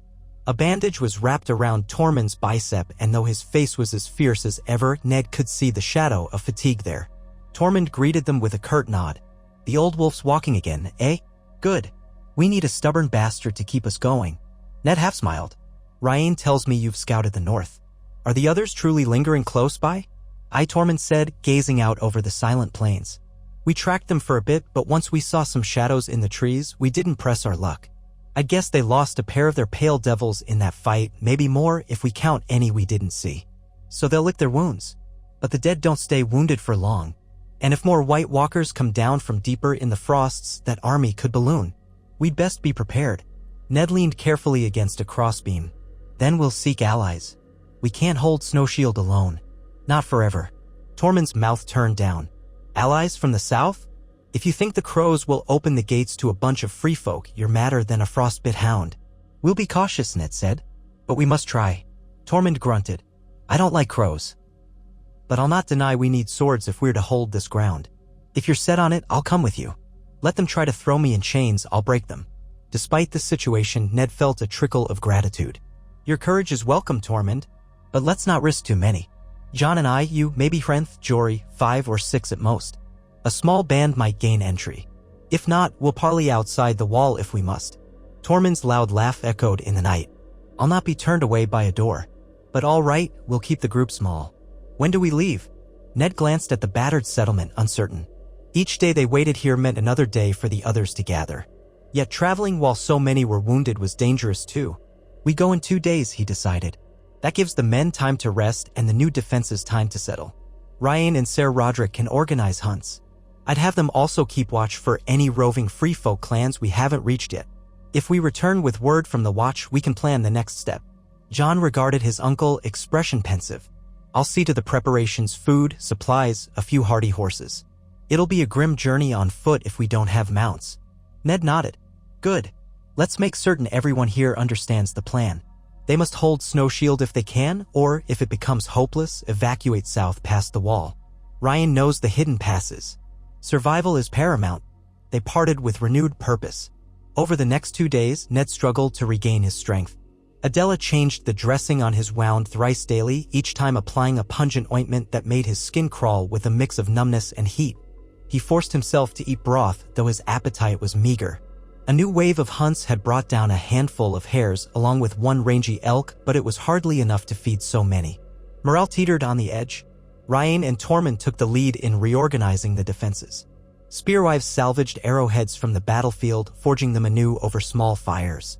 Men tested the palisade for weak poi. NTS reinforcing them with whatever scrap wood they could find. Jory Castle, still sporting bruises from the battle, drilled a squad of volunteers in the art of coordinated shield work, though few possessed actual shields, relying instead on rough-hewn planks. Hrenth scouted the nearby forests, returning with rumors of smaller wildling parties, some half-starved, who might be swayed to join if offered a safe haven. All around Snow Shield, in the stark hush of the cold, the living refused to lie down and give up. On the appointed morning, Ned rose in the dim gray light before dawn. The wind whispered outside the small shelter where he had been recuperating. Steeling himself against the stabbing ache in his side, he strapped on his sword belt. His old cloak was too tattered to be of much use, so he had accepted a new one from a grateful hunter. Woven from thick pelts of a northern stag, it retained enough warmth to ward off the worst of the chill. Slowly, he made his way to the courtyard, where Tormund and Jon were loading supplies onto a pair of scrawny horses. Hrenth was there as well, along with a lean Stark retainer named Toller. Jory Castle stepped forward, intention in his eyes. Lord Stark, you'll have need of my blade, Jory said. I won't be dissuaded. Ned thought of denying him, but he could see the unwavering loyalty in Jory's face, and he knew his skill would be invaluable. All right, but be prepared for trouble. The Night's Watch might not welcome us. Jory merely nodded. I understand, my lord. They set out as day broke over the white plains. A hush lay upon the land, broken only by the creak of leather, the jingle of harness, and the crunch of boots in the snow. Snow Shield receded behind them, its palisade half lost in the swirling drifts. The small party pressed on, navigating through the frosted forests where tall pines loomed like watchful giants. Every so often, a snow hare darted away, or a raven croaked overhead, but otherwise the wilderness felt deserted. The cold was biting, yet Ned appreciated the clarity of it, no stench of corpses or burned flesh here, at least for now. Tormund led the way, tramping ahead of the horses with a wide-legged stride. From time to time, he cast glances at the sky as though mistrustful of any shift in the wind. Hrenth walked at the rear, scanning the terrain behind them. Jon rode to one side, bow slung over his shoulder. Jory rode at Ned's side, quiet but vigilant. Toller scouted ahead when the path narrowed, searching for signs of ambush. As they moved south and slightly west, the terrain grew more familiar to Ned. Somewhere behind that great edifice of ice called the Wall lay Castle Black, the seat of the Night's Watch. Once, Ned had thought to spend his final years in the Watch if life turned dire. Now he approached it as a renegade, seeking help from those he might have been sworn to in another life. The irony did not escape him. By midday, they came upon remnants of an old settlement or outpost, fallen timbers half buried in snow, a few broken crates scattered around. It had the look of a wildling camp abandoned years prior. Tormund sniffed the air, then shrugged and led them on. The horses picked their way carefully through drifts, sometimes sinking to their knees, requiring the men to haul them free. Progress was slow, the landscape cruel. More than once, Ned found himself trembling uncontrollably from the cold, the exertion aggravating his wound. He pressed on, mindful of what was at stake. They made camp under a rocky overhang as dusk approached. Tormund and Jon gathered dead branches and coaxed a small fire to life while Jory set a perimeter watch. Prenth skinned a pair of lean rabbits he had managed to snare along the way, grumbling about how meager the pickings were. The smell of cooking meat awakened a pang in Ned's stomach, reminding him that his last real meal was days ago. They huddled close around the flame. The wind howled, rattling loose stones from the overhang. The night beyond the firelight felt vast and indifferent. Ned glanced at the flickering shadows on the rock face, thinking again of Winterfell, of simpler nights by a warm hearth. How had it come to this? He exhaled, the memory of his children pressing against his heart. Whatever he had lost, he had to believe there was still something to protect, a future for them if he could hold back this icy scourge. Will the crows even listen? Tormund broke the silence with his low, gruff voice. That Commander Jeor Mormont was no fool, from what I heard, but men like Alliser Thorne and others, they hate wildlings more than they fear the others. Ned looked into the flames. Mormont was an honorable man. If he still commands, we have a chance. The Watch has changed, yes, but I pray their true purpose is not forgotten. Prenth spat on the ground, though the spittle froze nearly at once. If they turn us away, we'll have wasted precious days. Then we'll return with or without them, Ned said, voice firm. But I must try. If I fail to gather help, Snowshield won't stand another assault. We need more archers, more steel, we need the 7 kingdoms to heed what's happening up here. Jon rubbed his hands together, trying to coax warmth into his fingers. The realm is too busy tearing itself apart over thrones and crowns. My brothers in black were left to starve as the lords of the south hoarded their coin. But if we can make them see. Tormund barked a laugh. Ha! Make them see. You might have better luck making a blind fish read a map. Ned's tone was grave. True. Still, we try. Silence fell again, each man wrapped in his own thoughts. When the rabbits were done, they ate quickly. The taste was stringy, far from satisfying, yet any hot food was a blessing in this cold. Afterward, Jory and Toller took first watch, letting the others grab what rest they could. Ned slept fitfully, haunted once more by images of winter's cruelty, a creeping shadow that devoured all warmth. They continued the march the next day, crossing half-frozen streams and skirting deep ravines where the wind screamed. More clouds rolled in, threatening snow. Around midday, they spotted a group of ragged figures in the distance. Instantly, Jon and Prenth readied bows, but Tormund stayed their hands. Just travelers, maybe, he muttered. Could be one of ours. They advanced carefully, but the figures had already melted away into a copse of skeletal birch. No further sign of them emerged, so they pressed on. Late that afternoon, the first glimpses of the wall appeared through swirling flakes, a shimmering line of ice stretching across the horizon. Even for a man born and bred in the north, the sight was humbling. The wall rose high as a mountain, old as memory, defying imagination. Ned could not help recalling the day he'd ridden here with King Robert long ago, a lifetime away. They approached from the west, aiming for the main gate near Castle Black. Snow had begun to fall in earnest, swirling about them like restless spirits. Tormund gritted his teeth, muttering curses about the blasted crow cage. Prenth's gaze flicked nervously across the horizon as though expecting crossbow bolts to fly at any moment. Jon rode close to Ned, hand near his sword. As they drew near the looming ice, Jory lifted a hand. There, my lord. He pointed to where a dark structure jutted at the base, Castle Black, or what remained of it. Smoke trickled from a few chimneys, but the place looked half-deserted, especially compared to what it had once been. Ned's breath caught. So this was what the Watch had been reduced to? The ancient fortress seemed subdued, dwarfed by the wall's vastness. Torches flickered along the tops of makeshift battlements. A few black-clad men patrolled the ramparts, their outlines barely discernible in the white haze. As the small party advanced, the watchers above called out. No words were distinct in the wind, but Ned guessed the gist: strangers approach, arms at the ready. When they were within hailing distance, Toller raised a hand in peace. Ned spoke, his voice carrying across the snow. "We come seeking parley with the Night's Watch. I am Eddard Stark." A murmur carried back. One of the black-cloaked figures leaned over a parapet. "Stark? The traitor?" The voice was thick with uncertainty and hostility. Ned glanced at Jon, whose face tightened. He called again. "I stand accused, but I came north for one reason. The others have returned. Your brothers must know it's true. Let us speak with Lord Commander Mormont if he still holds command." Several tense moments passed. Ned saw shapes rushing about atop the fortress, presumably preparing a reception. Then came a shouted reply, "Do not advance. Remain where you are. Lower your weapons." Ned gestured for Tormund and the others to comply. Slowly, they sheathed swords and shouldered bows. A few heartbeats later, the main gate creaked open and a squad of black brothers emerged, cloaks snapping in the wind. Ned's pulse quickened. This was their moment of truth. If they were to be cut down, it would happen now.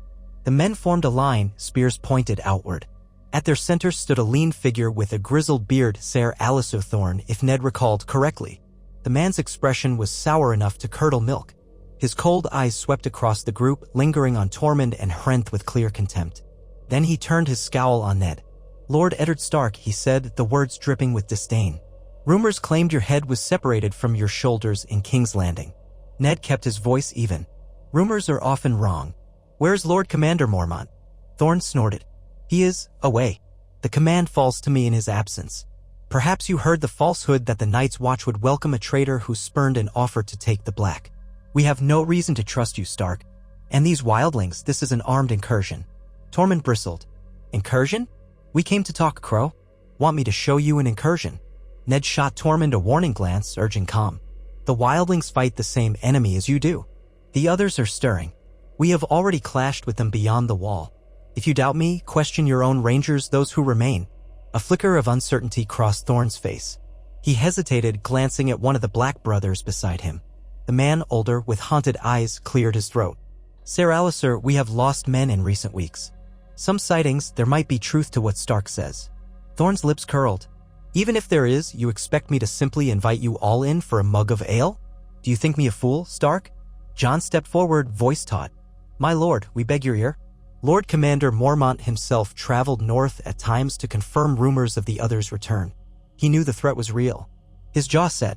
"If Jeor Mormont is away, then someone here must remember the oath we swore to guard the realms of men." Thorn eyed Jon with an extra measure of contempt. "I recall you, boy. Snow, was it not? You deserted your vows, from what I hear. Your own brothers have named you Oathbreaker." A sneer twisted his mouth.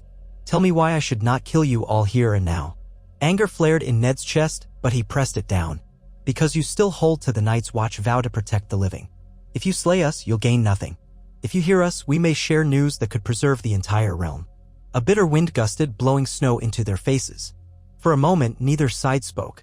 The black brothers stood ready, spears bristling. Finally, Thorn let out a low hiss. "Fine. We'll speak. But the wildlings stay outside. I'll not have a horde of them prancing about Castle Black." Tormund let out a bark of laughter. "Prancing? You think me a dancer? But I'll do as the old crow says if that's the price of a parley. Hrenth and I will wait outside with 1 or 2 of your men to keep watch. No trickery unless you want your heads parted from your shoulders." His tone was jovial, but the edge beneath it was clear. Ned caught Tormund's gaze, quietly thanking him with a nod. Tormund just shrugged. Thorn looked at Ned again. "You and the boy Snow come with me. Your other companions wait with these wildlings. No swords inside the gate. Surrender them." Jory stiffened, but Ned set a hand on his shoulder. "It's all right. Wait here," Ned said. "Watch over Tormund and Hrenth." Slowly, Ned and Jon unbuckled their sword belts, handing them over to a grim-faced watchman. Tormund held out his axe, then yanked it back at the last moment with a teasing grin before surrendering it. "Don't lose it, Crow, or I'll bury it in your gut." One of the black brothers glowered. Thorn merely spun on his heel, calling out for them to follow. Ned and Jon went after him, passing beneath the looming gatehouse. Torches spluttered on the walls, casting dancing shadows. Inside, Castle Black's courtyard was emptier than Ned remembered, though a handful of black brothers trudged about, tending to chores or simply eyeing the newcomers warily. The snow lay thick on the ground, unshoveled in many areas. It felt as though the castle itself was running on bare bones. Thorn led them into the mess hall. It was a large, drafty chamber with long wooden tables. A row of fires burned, more for warmth than cooking. There, waiting, stood several men in black cloaks, along with a tall figure in maester's robes, likely Maester Eamon if he yet lived. The old man's cloudy eyes turned toward them as they entered. "Who is it, Ser Alistair?" he asked in a soft, wavering tone. Thorn folded his arms. "Lord Eddard Stark, who supposedly escaped death in King's Landing. And Jon Snow, the deserter." Eamon's expression remained calm, though his blind eyes widened slightly. "Ned Stark. I recall him from times past. Approach, if you will, my lord. Let me hear your voice more clearly." Ned stepped forward, bowing his head with respect. Eamon had always commanded quiet reverence. "Maester Eamon, it's truly me. I am sorry to come before you in this manner, but necessity drives me." The old maester inclined his head. "Your voice is burdened with sorrow and resolve, so much like the last time I heard it. What brings you to Castle Black in company with wildlings?" Jon drew in a breath, speaking before Ned could. "The others, maester. They're real, and they're amassing an army beyond the wall. We have fought them, whites and white walkers alike. My lord father," he caught himself, pained by the half-truth of it. "Ned Stark and I have rallied what forces we can, but we are too few." Eamon's visage turned grave. Lord Commander Mormont said he feared as much. He took a large-ranging party deep into the Frost Lands. That was over a moon's turn ago. We have not heard from him since. Ser Alistair has held command in his absence. Thorn's mouth twisted. Jeor Mormont is gone, perhaps dead, for all we know. The watch remains, but we have barely enough men to hold Castle Black, let alone sally out. Word from the south is grim as well. Robb Stark wages war against the Lannisters, or so the rumors say. The Crown in King's Landing has other concerns than sending us aid. Ned closed his eyes, imagining Robb in armor leading men into battle. How had it all gone so wrong? He exhaled slowly. "Ser Alistair, you must understand, the threat beyond the wall dwarfs any petty southern war. Even if the realm is in chaos, all living souls will be undone if the White Walkers sweep south." Thorn drummed his fingers on a tabletop. "And how exactly do you propose we stop them, with a handful of Crow Scouts and your ragtag band of wildlings?"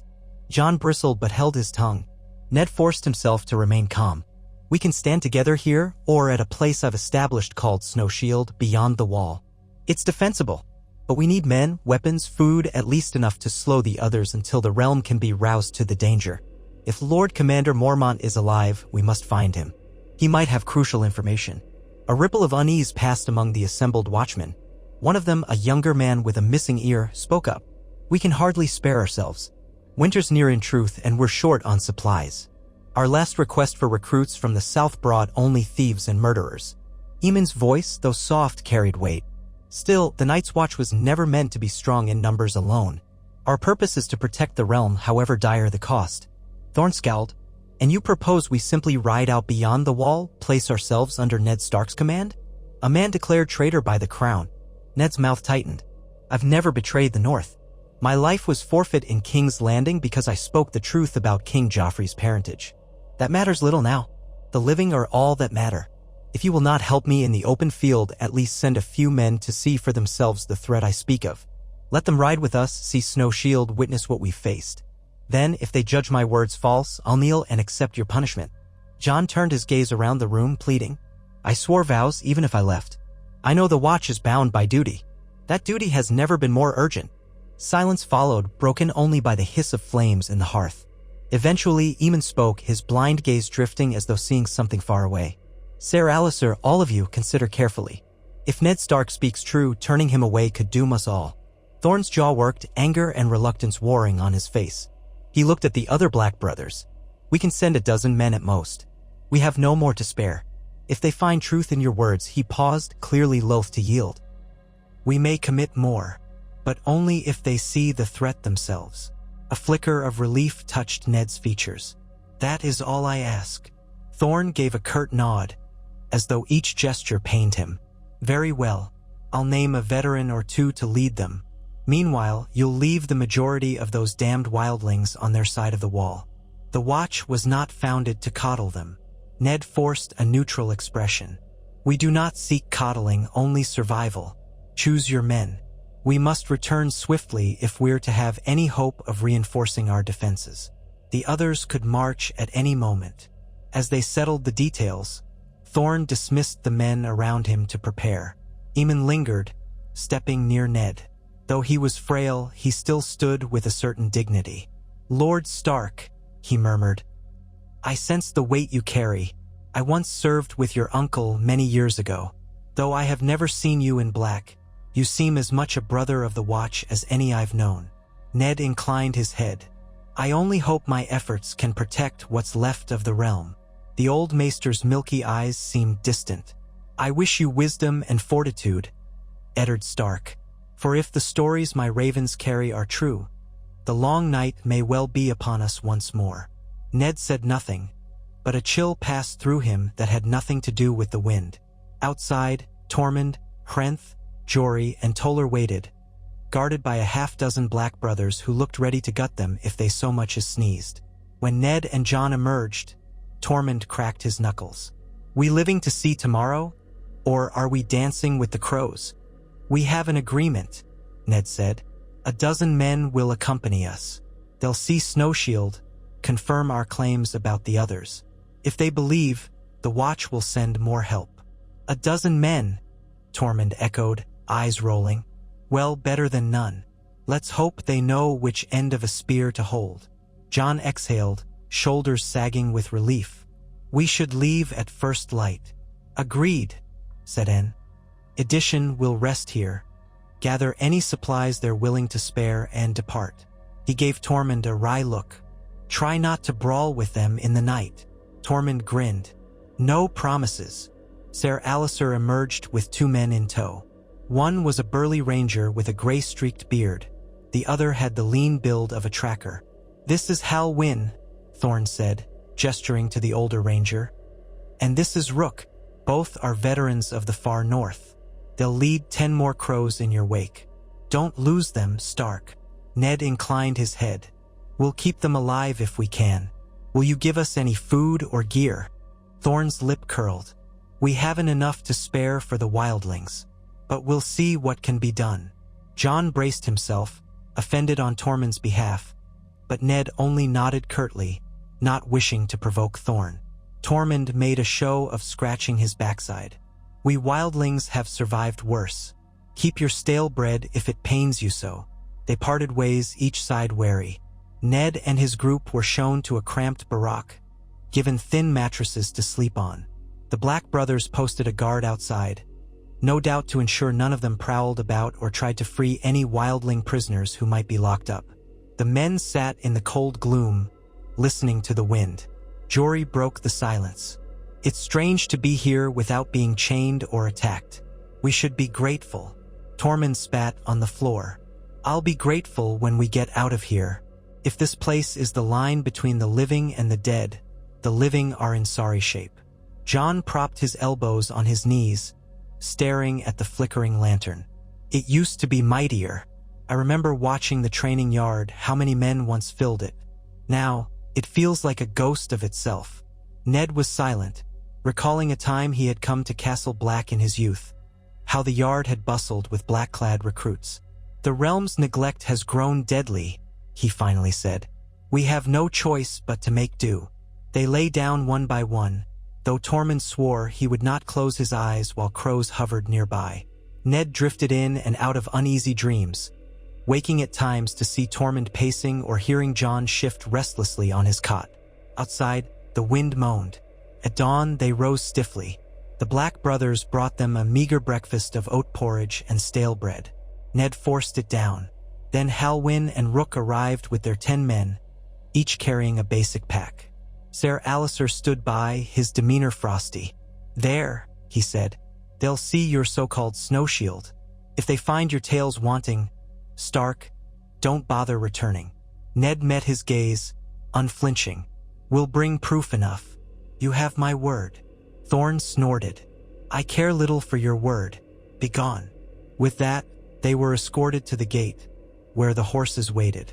They retrieved their weapons. Tormund let out a great sigh of relief at reclaiming his axe. The entire group, now numbering around 16, set off.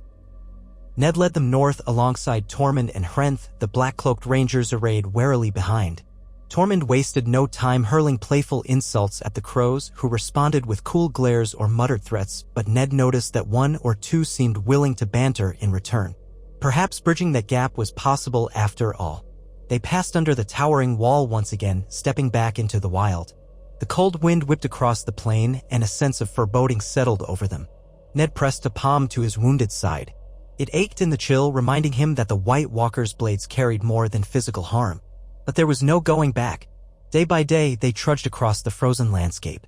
Halwyn and Rook led occasional scouting forays, verifying Tormund's directions and ensuring no roving whites lurked in the woods. They found tracks, human footprints in clusters. The rangers grew uneasy, for the prince sometimes vanished abruptly. Once they stumbled upon a half-eaten carcass of a massive elk, the bloody snow suggesting a violent attack. Tormund kneeled by the remains, frowning. "Wolves or something else," he muttered. "But not normal wolves." Ned urged them on. Each night, they made camp in hollowed ground or beneath stands of fir. Halwyn and Rook asked about the others. Tormund recounted the battle at Snow Shield with gusto, describing how Ned had slain a walker with dragaglass. Though some Black brothers scoffed, Ned could see the seeds of fear and awe take hold in their eyes. The mention of White Walkers was not taken lightly for all their bravado. When they were perhaps a day's march from Snow Shield, a storm descended on them, howling winds and swirling snow that robbed the world of color. Travel became a nightmare. Horses floundered, men sank waist-deep in drifts. Visibility shrank to a few yards. They pressed on only by the dim sense of direction Tormund insisted upon. Hours passed in suffocating whiteness. At times, Ned feared they might wander in circles. Darkness came early in the storm. They took shelter in a shallow ravine, lashing the horses to low scrub. Fires were impossible to maintain for long, as the wind snuffed out sparks almost as soon as they were kindled. They huddled in firs, spines against the ravine's slope, listening to the roar. Ned could barely feel his toes. Pain gnawed at his side, the cold intensifying the sting. Jon pressed close, offering body heat. Halwyn and Rook kept watch, though there was little to see. Tormund sat with his back to the wind, muttering that if the others came now, they'd freeze them all to death without swinging a sword. Morning brought only a marginal easing of the gale. They rose, numb and miserable, stumbling forward in hopes of finding the familiar ridge that shielded Snow Shield. Sometime near midday, the storm began to thin, revealing the tops of stunted pines. And there, at last, they saw the faint outline of the rocky outcrops that marked their settlement. Relief spurred them on, though it was accompanied by dread of what they might find. Had Snow Shield stood strong in their absence, or had the others returned? They soon spotted watchfires atop the ridge, flickering shapes that gave form to the settlement's silhouette. Cautious but hopeful, they approached the main gate, now more robust than when they had left. A shout came from above, and Ned recognized Ryane's voice. "They're back!" Her words echoed in the snowy air. Moments later, the gate creaked open. Spearwives rushed out to greet them, along with Jory's sister's son, a young guard who Ned had posted. Ryane herself wore a heavy cloak and carried a bow. Her face lit with relief when she saw Ned. "We feared the worst with that storm. Thank the old gods you returned." Her gaze flicked to the black-clad men, and her expression cooled. "So you brought crows?" Tormund grinned. "Aye, they're half frozen, but alive. Let's get inside. I'm sick of this blasted wind." Ned guided the Black brothers through the gate. Snow Shield bustled with renewed fortifications, additional stakes, a raised walkway along the inner wall. Despite the improvements, the settlement's population looked haggard. Many wore bandages or limped. As soon as they were inside, men and women surrounded Ned, clamoring with questions. Did the Night's Watch send help? Did the Southern Lords answer? Had a new wave of whites been spotted? Ned held up a hand, urging calm. "We'll explain all soon. For now, let us see how you've fared. Then we'll speak." He introduced Halwyn and Rook to Ryane, Tormund making the obligatory jests, while the Black brothers surveyed the encampment with wary eyes. The half-finished huts, the palisade, the piles of scavenged logs. It was a far cry from the strongholds in the Seven Kingdoms. But it was real, it was defended, and it was, in its strange way, home for these outcasts. Jory emerged, face brightening at the sight of Ned. "My lord, we feared you might have been lost. How did it go?" Ned laid a hand on Jory's shoulder. "We have an agreement with the Watch. A small one, but it's a start." Then he lowered his voice. "How are things here?" Jory's shoulders sagged slightly. "Some died of wounds from the last battle. We've had occasional sightings of whites, but no large assault yet. Food is tight. Ryan led a hunting party that found some caribou to the east, which carried us through. Still, it's not enough for the long term. He glanced at Tormund. We've kept watch day and night, but the people are afraid. Ned nodded, absorbing it all. He could sense the weariness in every drawn face. Let's gather the leaders and these rangers from the watch. We'll plan. A short while later, they convened around the largest fire pit. Ryan, Tormund, Hrenth, Jory, Ned, Jon, Halwyn, Rook, and a handful of other representatives, both free folk and loyal Stark men. The Black brothers crowded around, some visibly uncomfortable to be in such close quarters with wildlings. The crackle of flames offered scant warmth against the bitter wind. Ned began, voice carrying in the hush, "Snow Shield stands, thanks to your courage and sacrifice. But the threat remains.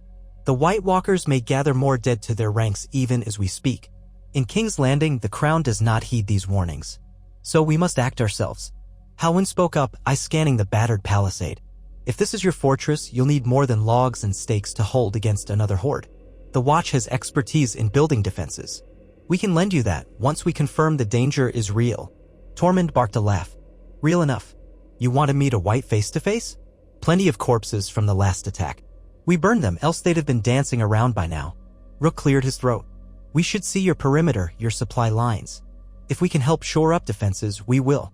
But I'll not pretend we can hold out against an entire army of the dead if it's as large as you claim." Ryan crossed her arms. "Then we continue to unify the free folk. I've sent runners to other tribes, urging them to come in. If enough gather here, we might stand a chance." One of Ned's loyal men, Toller, who had stayed behind, chimed in. "We've done what we can to train hunters into archers. But we're short on arrows and fletching. And we're nearly out of oil for the fire pits." Halwyn exchanged a look with Rook. "We brought a small supply of pitch from Castle Black, but not enough to supply an entire settlement. We'll have to scavenge more or mix it with something else. If the walkers do come in force, fire is our best weapon, along with dragonglass, if you have it."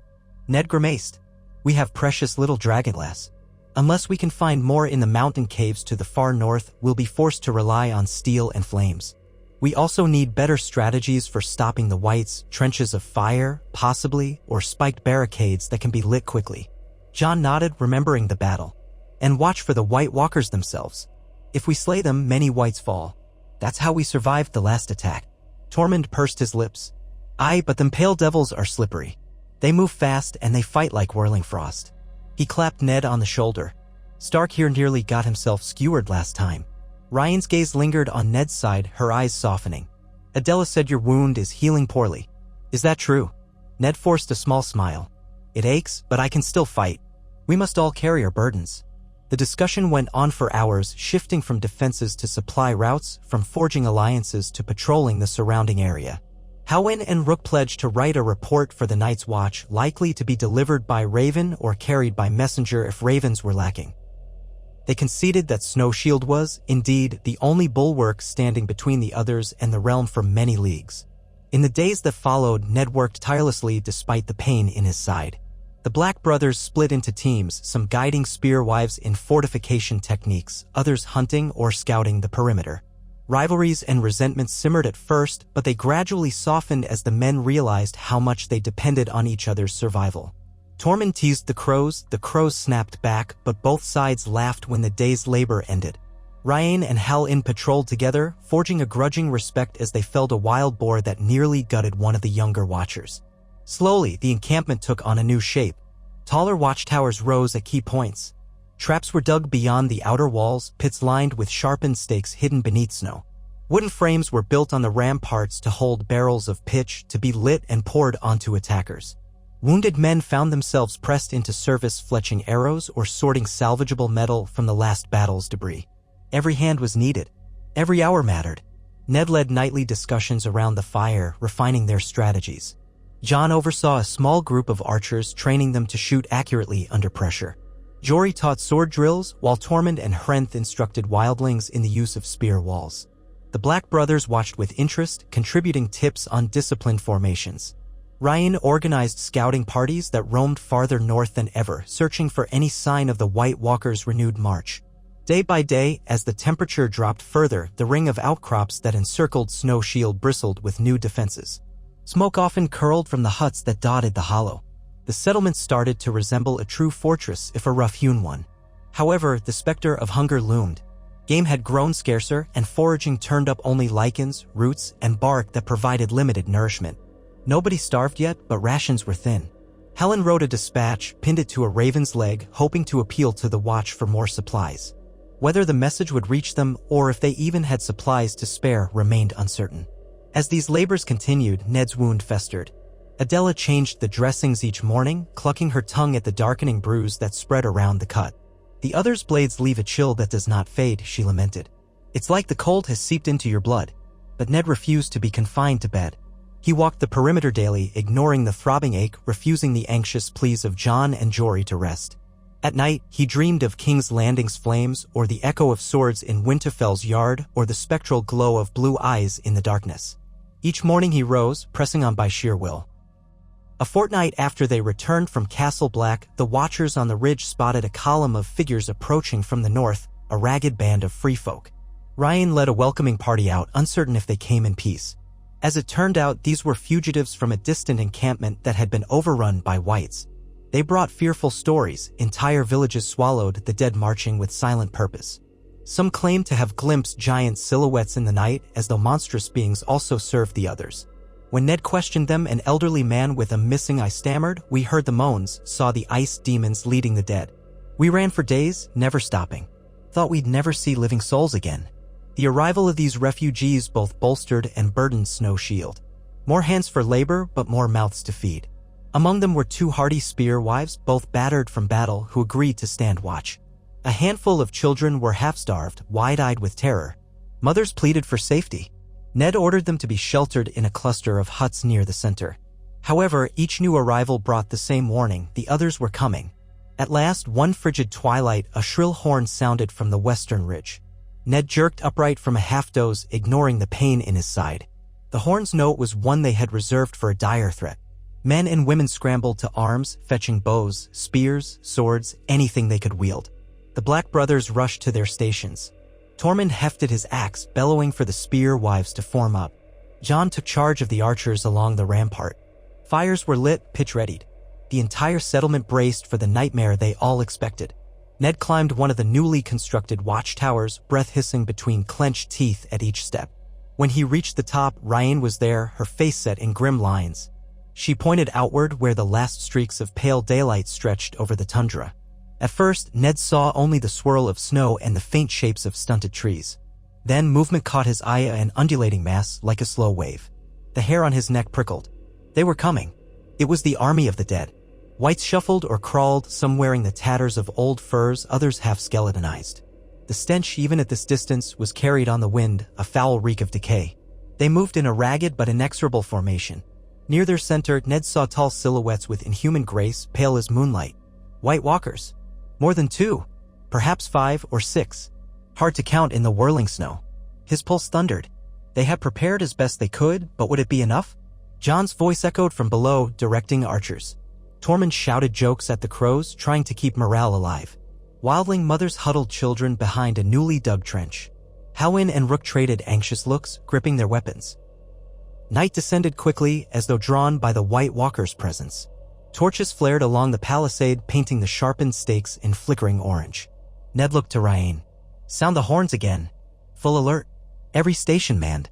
Ryan nodded sharply, raising the horn slung at her side and blowing 3 long blasts, warning of the others. The eerie call reverberated, a lament that set hearts pounding.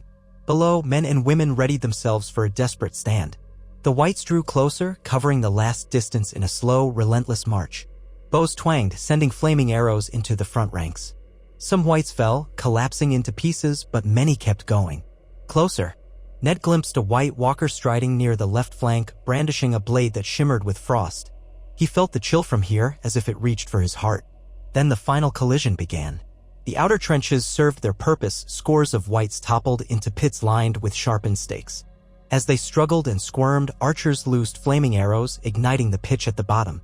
A wave of shrieks and crackling flame erupted. But behind them, more whites pressed forward, heedless of those burning. The night filled with a hideous cacophony of rattling bones, snapping jaws, and the thunder of undead limbs flailing against obstacles. A great roar signaled Tormund's group engaging at the western gate. Spear stabbed, axes fell. Oil was poured from overhead, set alight by torches. Fires danced, revealing rotted faces twisted into silent snarls. Despite the flames, the weight of numbers threatened to overwhelm. The Watchers poured arrow after arrow into the horde, but the Whites pressed on, climbing over their fallen kin, unstoppable in death. Ned hurried down from the tower, ignoring his wound. He joined Jory and a band of Stark men near the palisade. The stench of burning corpses choked the air. A White heaved itself atop the wall, blackened flesh clinging to bones. Jory drove a spear into its chest, pinning it long enough for another man to hack off its head. Still, the thing's limbs twitched, grasping blindly. Only fire finished it. Nearby, Helen led a squad of Black brothers in a disciplined formation, shielding one another as they stabbed downward at the climbing undead. They fought bravely, but each kill demanded tremendous effort, for a mere sword wound did not suffice. You had to destroy them, burn, behead, incapacitate them utterly. The men's arms soon tired. The Whites did not tire. Jon's archers perched on a high walkway, launching arrow after arrow. Oil-laden shafts ignited clumps of Whites, but the undead tide rolled on. Jon called for more pitch, voice growing hoarse, but the supply was limited. When the barrels ran empty, men tossed torches, desperate to keep the fires alive. Suddenly, a shrill cry cut through the din. One of the White Walkers had reached the wall. Ned turned, heart hammering.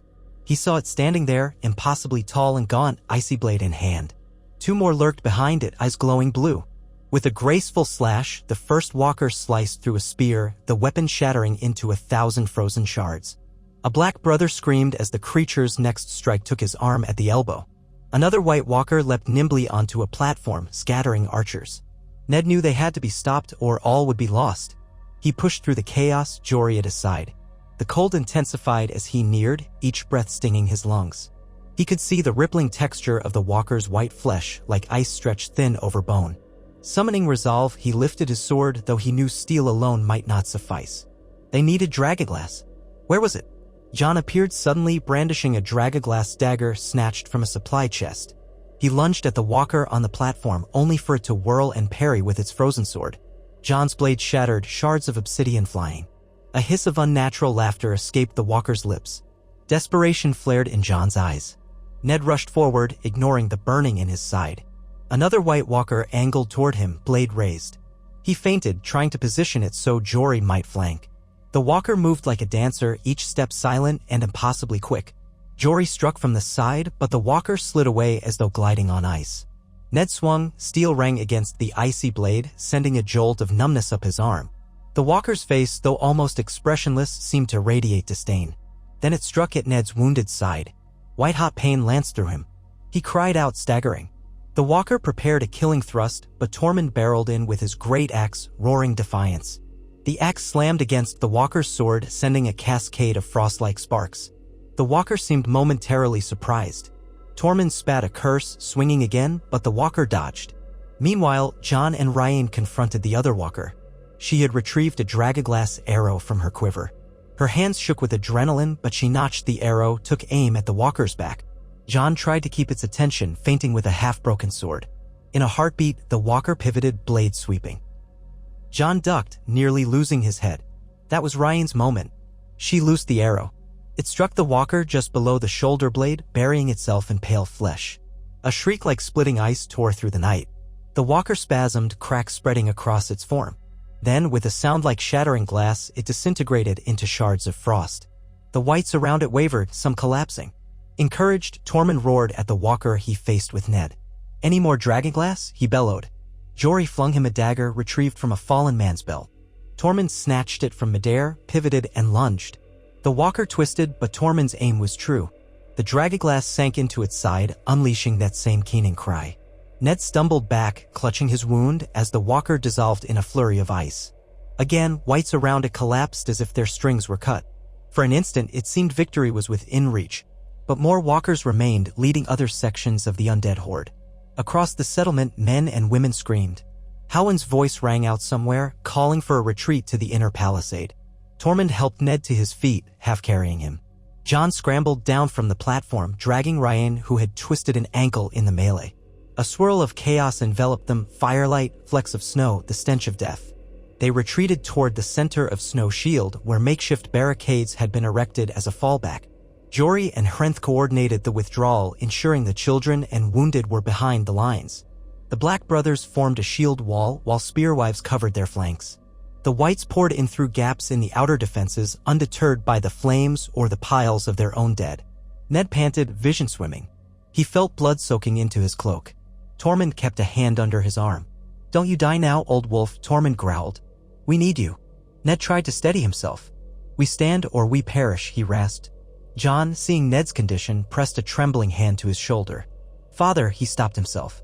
"Uncle, we have to get you to safety." "Safety?" Ned echoed bitterly, looking around at the swirling melee. "There's no safety. Only us." But fate had not abandoned them. In that terrible moment, a sudden horn blast cut through the clamoring night, a horn with a deeper timbre coming from the northern ridge. Confusion rippled through the defenders. Ned looked up, blinking through pain. From behind the lines of the undead, new shapes appeared, riders on shaggy horses. Arrows whistled from their ranks, streaking into the Whites.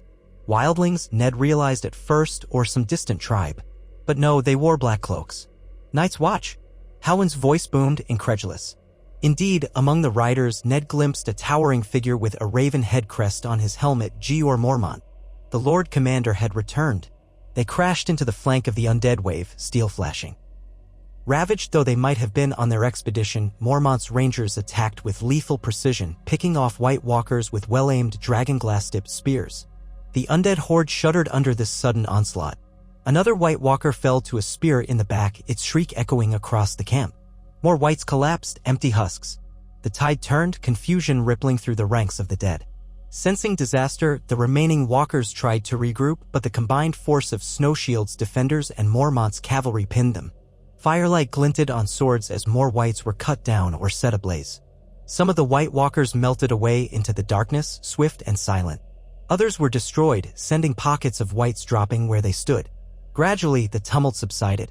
The living, battered and bleeding, found themselves standing amidst piles of the dead that would never rise again. Ned's knees buckled, pain overwhelming him. Tormund and Jon managed to lower him gently to the ground.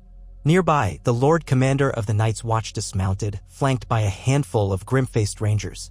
He saw Ned, recognition flickering in his eyes. Despite the chaos, he strode forward.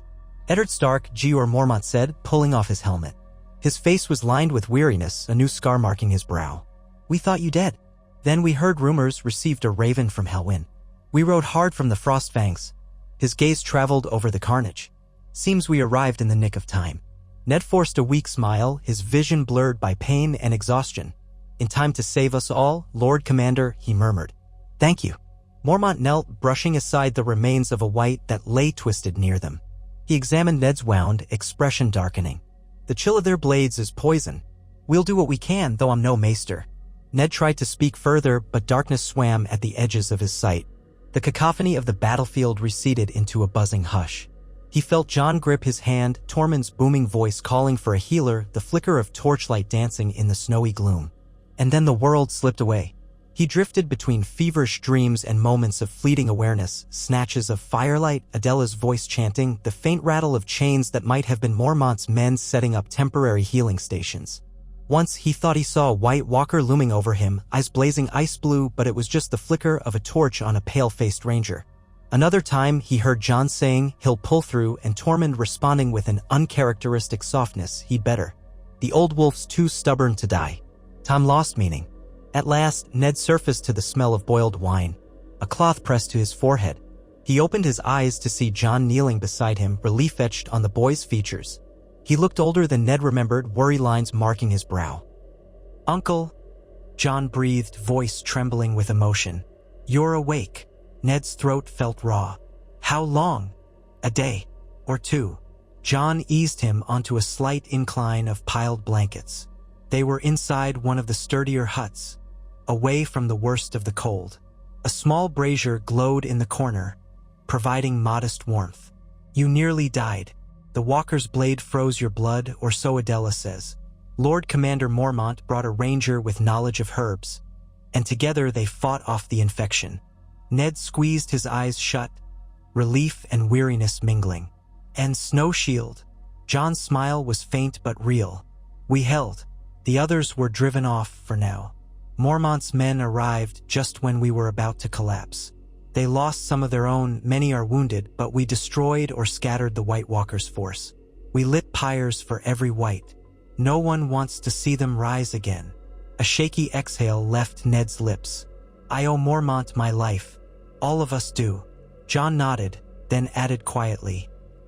He's outside, speaking with Ryain and Tormund. They're discussing an alliance, how the Watch and your Freefolk army might coordinate more raids on the others' gatherings. Mormont saw horrors in the far north. Worse than anything we've faced. Ned frowned. Worse? What could be worse than that? Jon's gaze shifted. He mentioned entire hosts of giants under the others' sway, massive creatures of ice. Worse still, he believes there may be something commanding the White Walkers. A figure more powerful than the rest, though he's only glimpsed it from afar. Ned closed his eyes. In another life, the notion of a king among these ice demons would have seemed impossible. Now nothing did. We have to be ready. Jon touched Ned's shoulder gently. Rest first, uncle. You nearly died. Let us handle things for a time. Despite everything, Ned felt a faint warmth in his chest at the concern in Jon's voice. He had lost so much, his standing in the realm, the comfort of Winterfell, half his reputation. But here, at the bitter edge of the world, he had found a purpose that transcended all else. The living needed him. The living needed each other, no matter what side of the wall they were born on. That knowledge lent him strength. I will rest, he whispered, though it felt like an admission of defeat. But only for a little while. Jon stayed by his side as he drifted back into a doze. Outside, the clang of hammers and the murmur of voices testified that Snowshield yet lived. The howling wind rattled the wooden beams, but inside this small corner of shelter, Ned Stark found a fragile peace. The White Walkers had been driven back once more, but they would return. He would be ready, and he knew he would not stand alone. In the days that followed, as Ned convalesced, Snowshield became a site of convergence. Lord Commander Mormont set up a temporary command post there, forging a pact with Tormund and Ryain to scout the northern wastes for fresh movements of the dead. Groups of Black Brothers and wildlings rode side by side, an unprecedented alliance born of necessity. Some watchers scoured the woods for game or sought out the rumored obsidian deposits in remote caves. Others burned the bodies of the fallen and erected fresh defenses. The settlement groaned under the weight of too many souls for its meager supplies, yet no one was turned away. Each day, new refugees stumbled in, half-frozen, confirming that the others still prowled. Ned gradually healed, though his side bore a permanent scar. A chill lingered in his bones, and Adela insisted it would trouble him all his days. Still, he forced himself to walk Snowshield's perimeter once he could stand without doubling over in pain.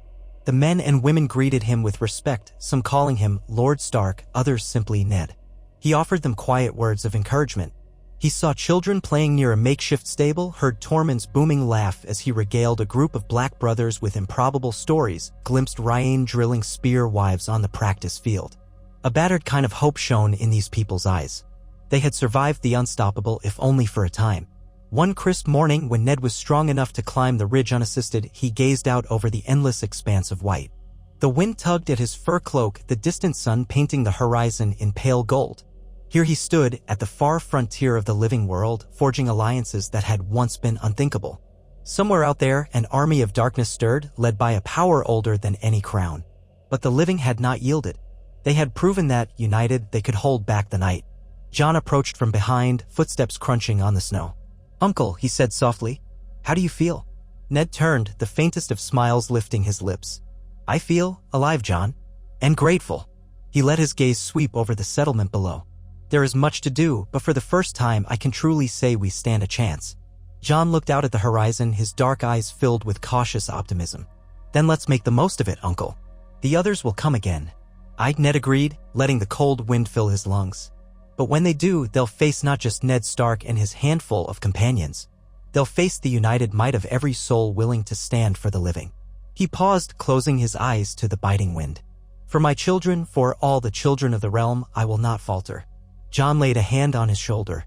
They stood together, uncle and nephew, at the boundary of a fragile peace. Beyond lay a darkness that wanted to consume them all.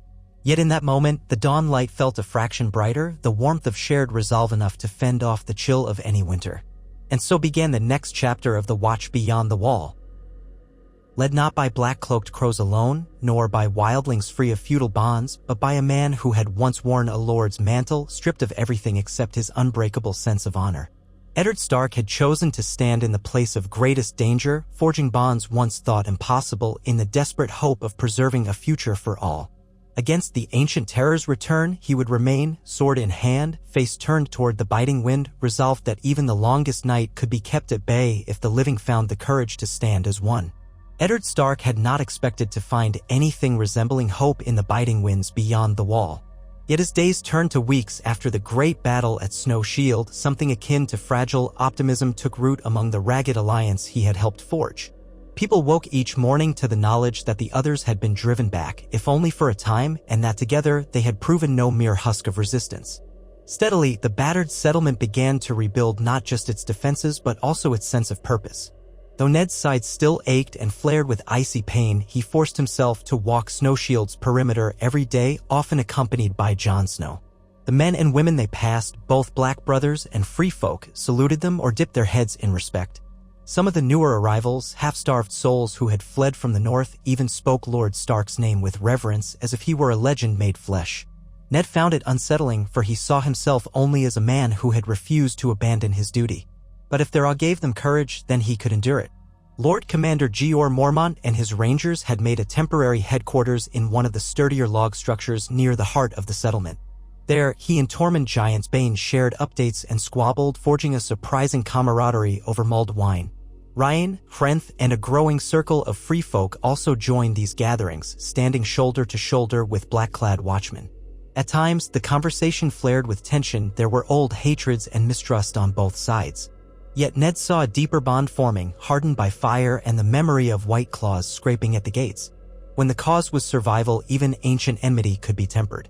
The midday sun, a pale disk that barely mustered the strength to climb above the horizon, found Ned in that makeshift command post, listening as Mormont described the harshness of his journey. The Lord Commander's voice was a low rumble, roughened by the cold. He wore a thick black cloak lined with bear fur, no surprise for the old bear, some watchmen whispered. "We rode north weeks ago," Mormont said, leaning over a rough map spread on a plank table. "Heard rumors of White Walkers massing near a place the free folk called the Frozen Hills. Lost near half our number to ambushes, whites in the dark, howling storms. Saw things that made grown men weep. Giants, yes, but also great ice spiders. Legends, or so I thought." His mouth twisted, a haunted flicker in his eyes. "They're real enough." Tormund crossed his arms. "Ice spiders," he muttered, as if tasting the words. "My father told me of them once. Said they could outrun a horse on the coldest nights. I never believed him. Another old wives' tale, I thought." His gaze shifted to Ned. "Seems we live in the time when tales come to life." Ned inhaled slowly, mindful of the twinge that still cramped his ribcage. "If giants and ice spiders march in the other's service, we face an even greater threat than we realized. Is there any sign of how they are organized? Who commands them?" One of Mormont's rangers, a gaunt man named Whitrin, answered. "We saw glimpses, shapes in the dark, tall as men or taller, leading the rank and file of whites. Always that eerie blue glow in their eyes. But above them, I can't say. Maybe there's a king of these pale devils, or maybe they act in concert. Didn't stay to find out." Mormont gave a curt nod, eyes grave.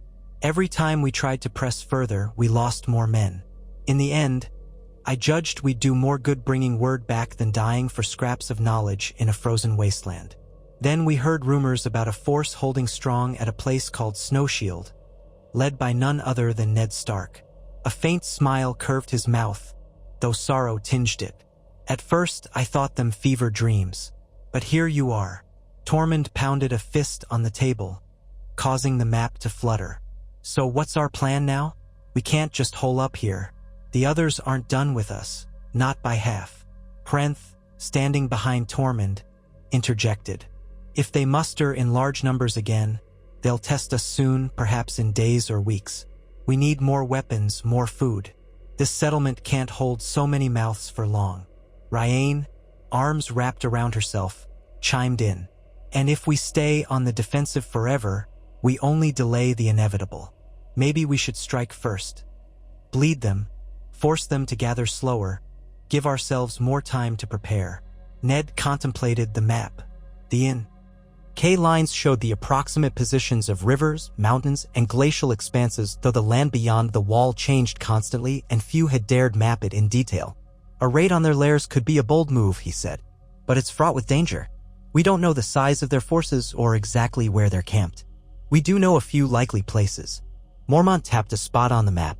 There are deep caves beneath this range rumored to hold the old obsidian deposits. Free folk once mined them for arrowheads. We found signs that whites passed through here, perhaps led by white walkers. My rangers suspect they might use the caves as a shelter from storms. But it's guesswork. John had been listening quietly by the wall. Now he spoke, voice measured. If those caves contain dragonglass, we need it desperately. Our supply is nearly gone, and steel alone is too weak. A team of skilled fighters could go there, try to retrieve as much obsidian as possible before the others can use the caves for their own advantage or set a trap for them. It would be dangerous, though. Tormund snapped his fingers. Dangerous is my middle name. Or it would be if I had one. That stirred a muted chuckle, but no one could deny the risk. Mormont stroked his gray beard. We can't spare many. Snowshield itself will remain vulnerable if we pull too many from the defenses. Prent scanned the group. I'll go. I know the terrain near that ridge. My clan once hunted there. If any living soul can find those caves, I can. Ned nodded, thinking how much of their success so far had hinged on local knowledge. We'll need at least a handful of watchers and free folk warriors with you, men who won't panic if whites appear. Ryan lifted her chin. I'll go as well. We lost family in those parts. I know a few hidden gullies that can get us close to the caves unnoticed. Ned's gaze rested on her, seeing the determination in her eyes. Very well. Choose volunteers carefully. Take enough dragonglass to defend yourselves. We don't want a large group that draws attention, but not so small that you're overwhelmed. Mormont let out a low breath as though steeling himself. Send a raven before you depart, detailing your route. If you can bring back a trove of obsidian, we might arm hundreds with dragonglass weapons. That could turn the tide of another battle. They planned swiftly. Prenth and Ryan would each pick 5 or 6 fighters, most of them wildlings with some black brothers in the mix, and depart within 2 days. They would travel lightly, aiming to reach the cave entrance before the worst storms closed in. Mormont promised they would remain vigilant at Snow Shield, ready to send a relief party if a signal came. As final details were hashed out, Ned stood back, letting the younger leaders talk. His mind churned with the precariousness of it all. A single misstep in that frozen wilderness could mean a dozen good fighters lost, men and women they desperately needed. Yet inaction courted a slower doom. The memories of the last battle remained fresh, the savage rush of whites, the harrowing shriek of a white walker as dragonglass ended its unnatural life. If the caves truly held stockpiles of obsidian, retrieving them might be their best chance to strengthen the living. Finally, Ned broke from his thoughts to approve the plan. They had no better alternative. After the meeting, he found himself walking with John along the row of huts that served as barracks for new arrivals. The midday light was already fading, a reminder that far north, the days seemed painfully short. Smoke rose from small co-fires, mingling with the scent of boiled turnips and bitter roots. They passed a cluster of children playing some improvised game, tossing a bundle of rags between them and shouting with laughter. A few turned to stare at Ned, too young to understand the gravity of their circumstances, but old enough to sense the hush around his name. John exhaled a visible gust of breath. I wish we could do more for them. They're hungry, frightened. They've lost fathers and mothers. Ned nodded. I know. We must keep them safe, or we've lost our reason for fighting. Winterfell was once a haven for those in need. Perhaps Snow Shield can serve a similar role here. A rueful smile flickered across John's face. Strange how a handful of logs and tents can become a refuge. But I suppose that's what people are, not walls. They paused when they spotted Jory Castle leaning by a watchpost, sharpening his sword. He straightened at the sight of Ned. My lord, I'd heard about the cave expedition. Do you want me to join them? Ned shook his head gently. No, Jory. I need you here. That wound you took in the last battle isn't fully healed either. He remembered how close Jory had come to losing an eye when a white had raked at his helmet. We'll have enough skilled swords going. Stay to help organize the men, keep the watch tight. Jory bowed his head. As you command. They exchanged a few more words before parting ways. As Ned and John resumed their walk, Ned felt a tug of regret. Part of him wished to join the expedition himself, to lead from the front. But his side still stiffened painfully if he walked too far, and Adela had warned him that any reckless motion might tear open the wound anew.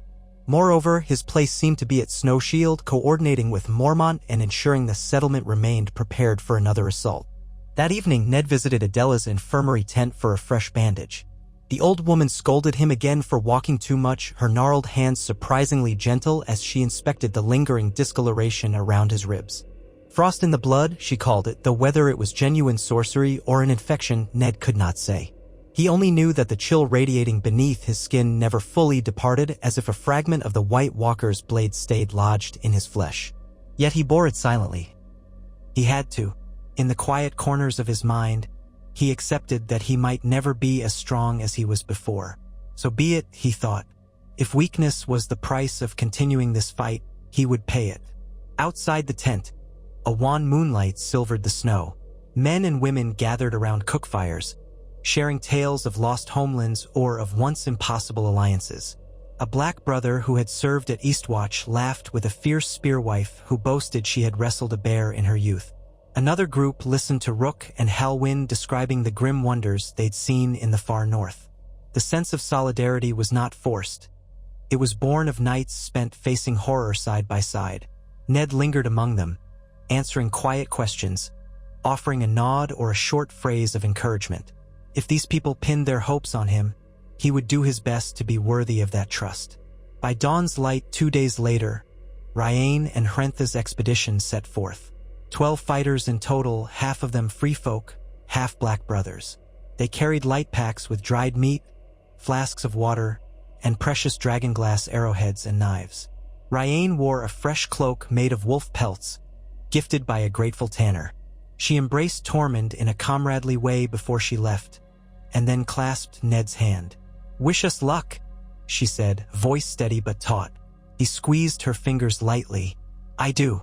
May your steps be swift and your eyes clear." Hrenthe, already mounted on a shaggy Garen, nodded to Ned. "We'll send a raven or a runner if we find the caves. Expect us back within a fortnight or not at all."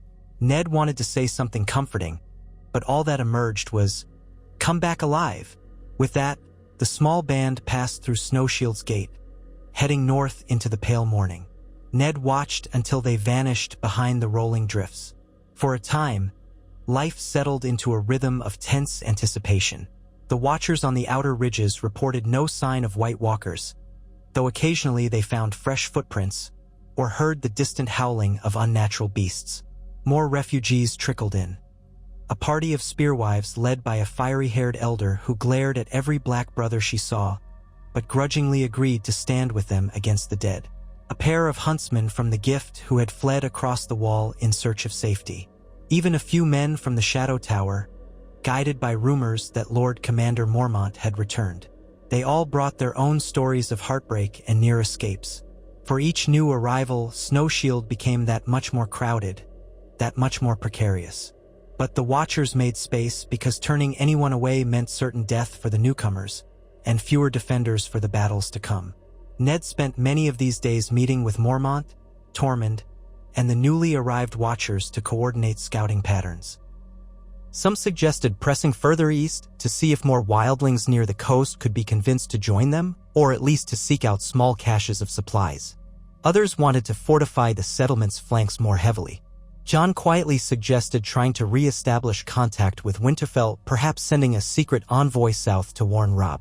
Yet the distances were vast, and the realm beyond the wall had grown even more dangerous with roving pockets of whites. For now, they concluded it was safer to stay focused on the immediate threat. Still, Ned sent out a raven address to Winterfell in hopes that somehow it would find a maester to read his plea. Whether the bird made it through the storms and the chaos of war, none could say. The routine was shattered one bitter afternoon when horns blared from the western perimeter, 2 short blasts, meaning riders approached. Instantly, men grabbed weapons and rushed to the gates, fearful it could be White Walkers or whites that mimicked living movement. Ned was among them, ignoring the discomfort in his side. John kept pace at his shoulder, a torch in hand. The biting wind stung Ned's eyes as he climbed the watchtower to get a better view. Below, Tormund and a handful of black brothers waited at the partially reinforced gate.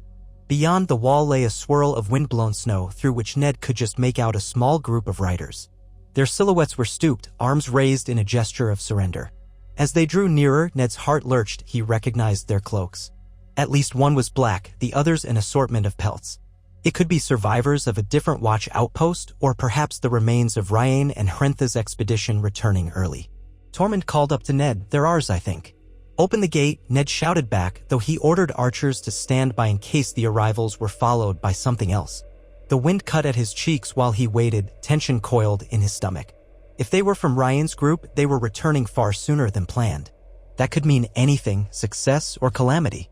Within minutes, the gate swung inward. The riders stumbled in, half frozen, their mounts caked with ice. Ned descended as quickly as he could, meeting them in the courtyard. The watchers parted to let him through. There, dismounting unsteadily, was Hrenth, his face pale and hair rimed with frost. Two black brothers slid from their saddles, one sporting a bandage over his right eye. Ned quickly scanned for Ryan but did not see her. "What happened?" Ned asked, voice tight. "Where are the rest?" Hrentha's eyes were haunted. He struggled to speak, breath pluming in the freezing air.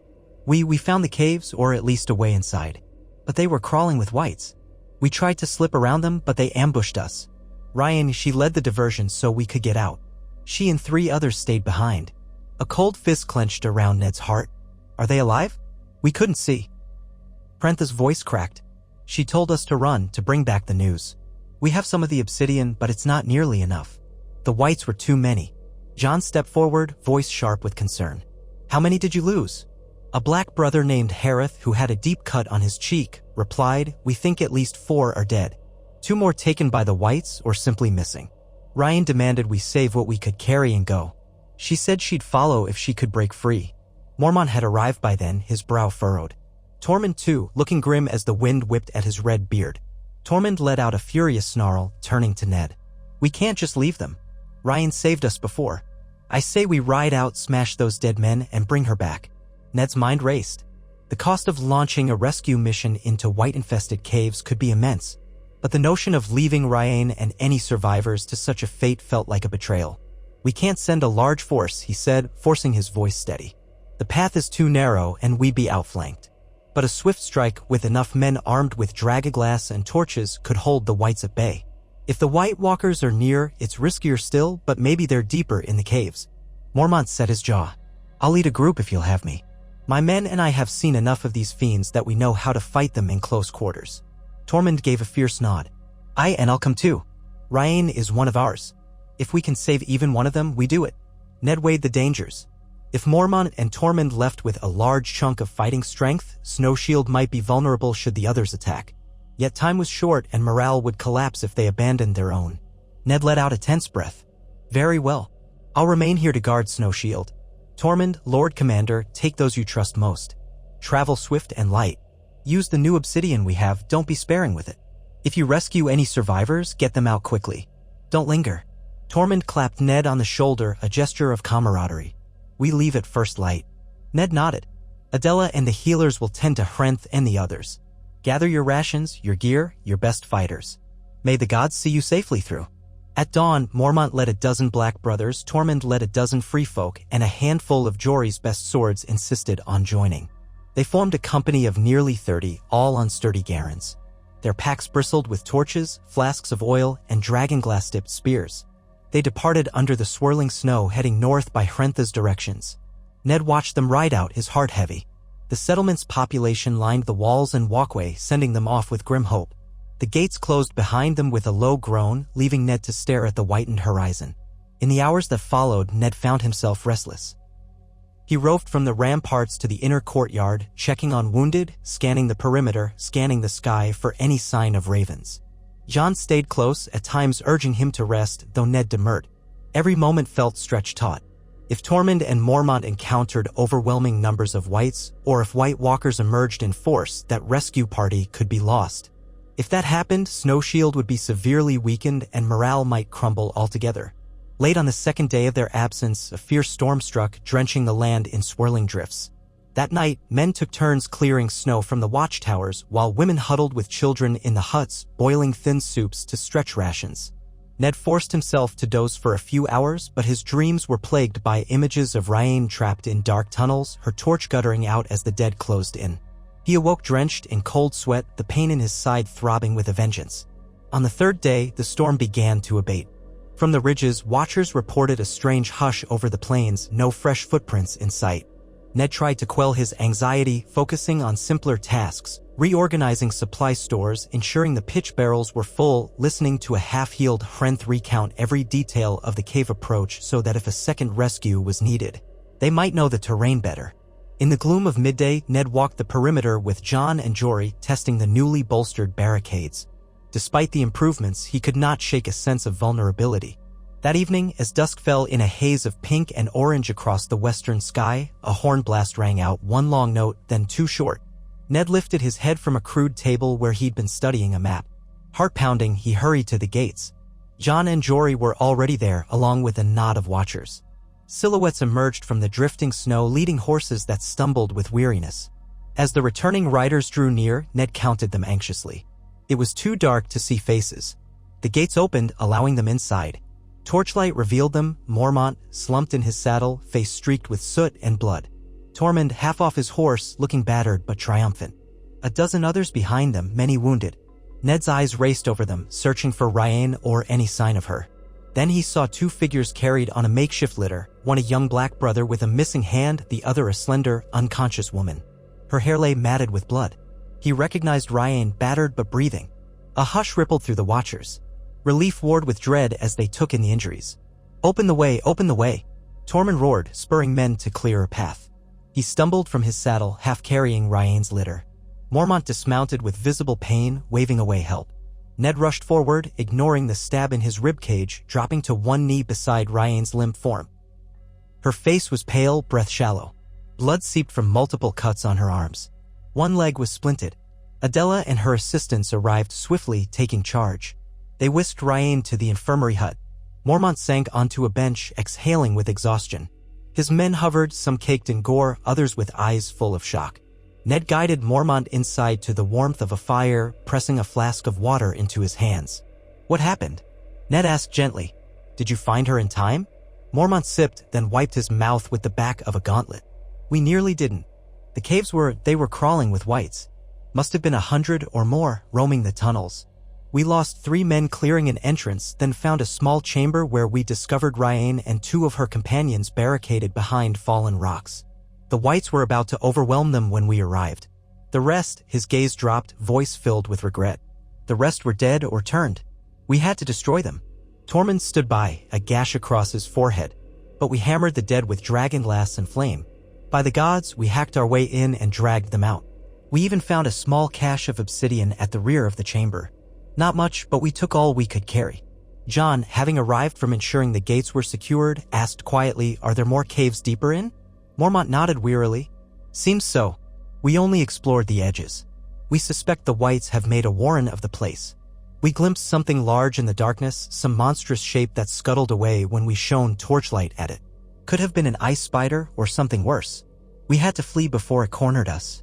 Ned sank onto a bench across from Mormont, pressing a hand to his side as it flared with pain. "But Ryan is alive, and some of the men. That's more than we dared hope." He stared at the dancing flames in the hearth. "Thank you, Lord Commander. And thank you, Tormund." Tormund shrugged, exhaustion dulling his usual boisterousness. "She would have done the same for me. Now I'm so tired I could sleep in the belly of a whale." Ned rose, IG. Lowering the twinge. "Get yourselves to rest. Let the healers treat your wounds. We'll talk strategy later. For now, it's enough that you've returned." He put a gentle hand on Mormont's shoulder. "Truly, thank you." Mormont only nodded, eyes already drooping with fatigue. John and a few watchers helped guide them to cots. Others from the rescue party filtered in, bearing lumps of obsidian in sacks. Word spread through Snow Shield that they had survived and returned with more dragaglass. Although the cost was high, 3 watchers dead, 2 free folk gone, the survivors carried a sense of grim pride at having wrested living souls from the clutches of the dead. In a place where hope was so tenuous, that victory felt monumental. Over the next few days, Ryan teetered between fever and wakefulness, her legs set in a crude cast, her skin clammy with infection. Adela and the Black Brothers' herbalist, a man named Farron, poured every remedy they knew into saving her.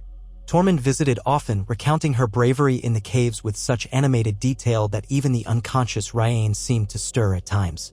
Meanwhile, Ned kept watch on the precarious morale. The story of Mormont's bold rescue spread, forging deeper ties between Watchers and wildlings. The lumps of obsidian were carefully shaped into arrowheads, daggers, and spear tips. Each new black blade represented another chance to kill a walker or put a white down for good.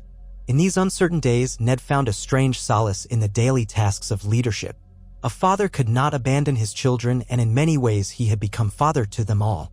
From the ramparts, he oversaw drills, ensuring each archer knew how to ignite an arrow swiftly. He spoke with the huntsmen about the best ways to preserve meat in the deepening cold. He worked alongside Mormont to finalize a plan for signals and fallback points should the others attack in overwhelming force. If Snowshield itself fell, they would attempt an organized withdrawal south, though that was a grim last resort few wished to consider.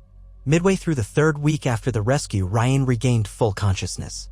Adela reported that she would walk again, though a fierce scar might mar her left thigh. Tormund's jubilant roar at the news caused a wave of laughter across the settlement, a welcome sound in a place so haunted by death. Ned visited her, finding her propped up on a pallet, hair plastered to her brow. She mustered a wan grin. "You've built quite a fortress, Stark," she teased, voice still weak. "I hear the crows and wildlings are drilling together now." Ned nodded, relief washing over him. "Yes. Thanks to you and Tormund and so many others who refused to yield. We nearly lost you." "I nearly lost me," she said, something like a laugh in her tone. "But I'm not so easy to kill.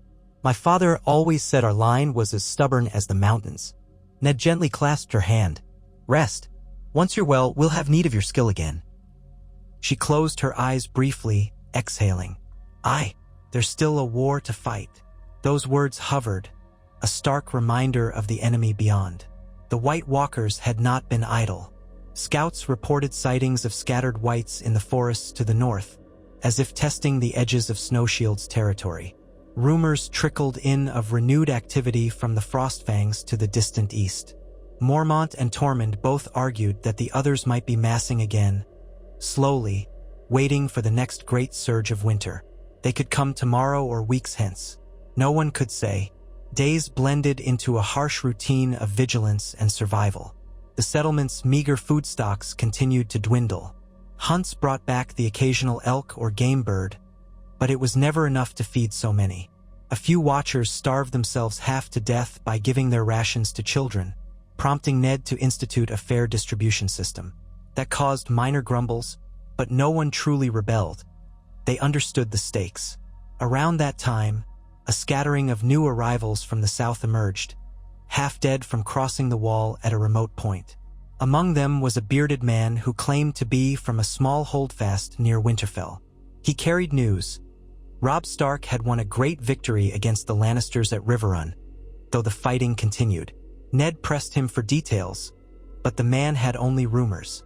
Arya had vanished, Sansa was rumored to be Joffrey's captive, and the War of the Five Kings churned on. The man's eyes shone with pity for Ned. "Your boy fights bravely," he said. "They name him king in the north. The realm is in chaos." Ned bowed his head, pain lancing him anew, both for the tragedies unfolding far away and for the knowledge that, here in the true north, an even greater threat loomed. But the stranger also brought a letter, addressed to Eddard Stark, or any who remain of House Stark. It was from one of Robb's bannermen, though the writing had smeared. The gist was a plea for guidance, a mention of possible reinforcements needed at the neck. No word indicated the slightest awareness of the others.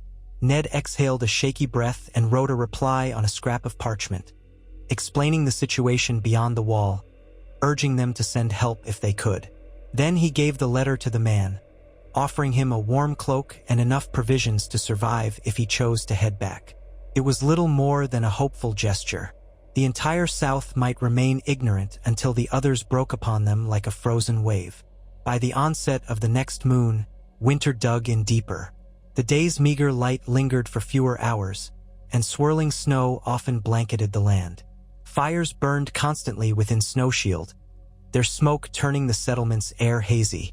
The Watchers layered themselves in every scrap of fur they could find, gloves replaced by rags if there was nothing better. Frostbite menaced toes and fingers. A sense of tension built with each passing dawn, for it felt like the calm before a storm. Ned dreaded that the moment of reckoning drew near. His fears were confirmed one afternoon when a haggard scout burst through the gates, collapsing in a drift. He had traveled alone from the west, swearing that he'd seen an enormous gathering of whites near a place once called Whispering Wood by the Free Folk. Gulping melted snow to wet his throat, he gasped a warning. Thousands, an army, I swear. White walkers among them, at least a half dozen. They're coming south. The news electrified Snow Shield. Mormont convened an emergency council of watchers, spear wives, and Ned's loyal men. They gathered in the largest hut, breath steaming in the frigid air. The scout repeated his tale, describing how he had hidden in a hollow log as hundreds of whites shuffled past. He spoke of hearing inhuman shrieks, glimpsing tall shapes gliding across the snow. Tormund's face hardened, Ryan stared at the ground, and Halwyn cursed under his breath. If the scout was correct, an overwhelming horde was marching in their direction. Ned waited until the man finished, then said quietly, if they move at that size, they'll be here within days, maybe a week, if the storms slow them. We have to assume they'll come straight for Snow Shield. Mormont's gaze was flinty. We have some new defenses, more dragaglass. But do we have enough to hold off thousands? Tormund scowled, fists clenched. We'll fight. But if they swarm us like ants, no wall can hold forever. Ryan's leg was still stiff, but she stood with a spear by her side. We might consider luring them away, splitting their forces, but how? John looked to Ned. We could try dividing them with a feigned retreat, using one group to draw some whites into a series of traps away from Snow Shield. But that would leave a smaller band to face the White Walkers here. Prenth, newly recovered, shook his head. Or we take the fight to them. Catch them before they consolidate. A night attack, perhaps, to cut down their numbers with fire. A preemptive strike might slow them. But it's risky. Silence weighed heavily. Eventually, Ned spoke, forcing steady calm into his tone. No matter our decision, we must also prepare the women, children, and elderly to evacuate if the walls are breached. We can't simply stand and let them be slaughtered. Mormont ran a hand through his gray beard. The only retreat south is the wall. If the others push that far, they might shatter Castle Black or any of the other castles. The lords in the south have no idea what approaches. Ned felt the dreadful weight of it. Let's plan for 2 contingencies then. We hold here. If all fails, we guide as many as possible to the wall or beyond. Perhaps the watch can muster at Castle Black for a last stand. That final phrase settled over them like a pall. A last stand. None relished the thought, but none denied it might come to that. They began hashing out details, new fire trenches, an expanded ring of sharpened stakes, watchers perched in every tower with horns to signal a breach. The wildling trackers would roam beyond the perimeter, setting tripwires and pit traps. The blacksmith, formerly from Winterfell, would labor day and night to fit the newly shaped dragaglass onto arrows and spear points. Everyone would bear arms, from the oldest spear wife to the teenage boys who had never held a sword. Fear sparked behind every set of eyes, but also a fierce resolve. They were all that stood between the others and the realms of men. As the days ticked by, Snow Shield braced itself like a clenched fist. Archers honed their aim, pairs of watchers patrolled the perimeter even in howling winds, and Mormont posted sentinels on every vantage. Ned spent countless hours with Jon and Jory, walking the lines, speaking to the men, urging them to keep faith.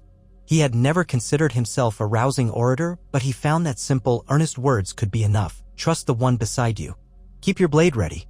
Use fire and dragonglass. We stand together. Sometimes that was all that needed saying. In quieter moments, he ached for his family. He thought of Robb, now king in the north, whose struggles he could not share.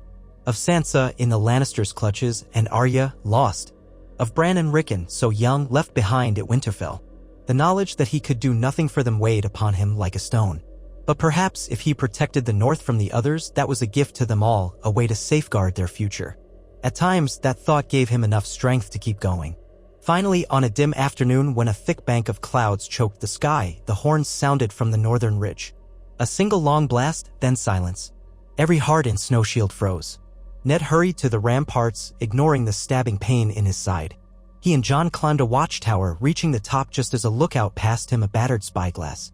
Ned raised it, scanning the horizon. At first, snow and mist dominated his view. Then shapes hundreds, perhaps thousands, a dull mass that spread across the landscape like a funeral procession. The undead had arrived. They were too distant to see clearly yet, but Ned could guess the reality. Whites in all manner of decayed flesh, some likely dragging themselves on broken limbs, others perhaps hurrying with unnatural speed.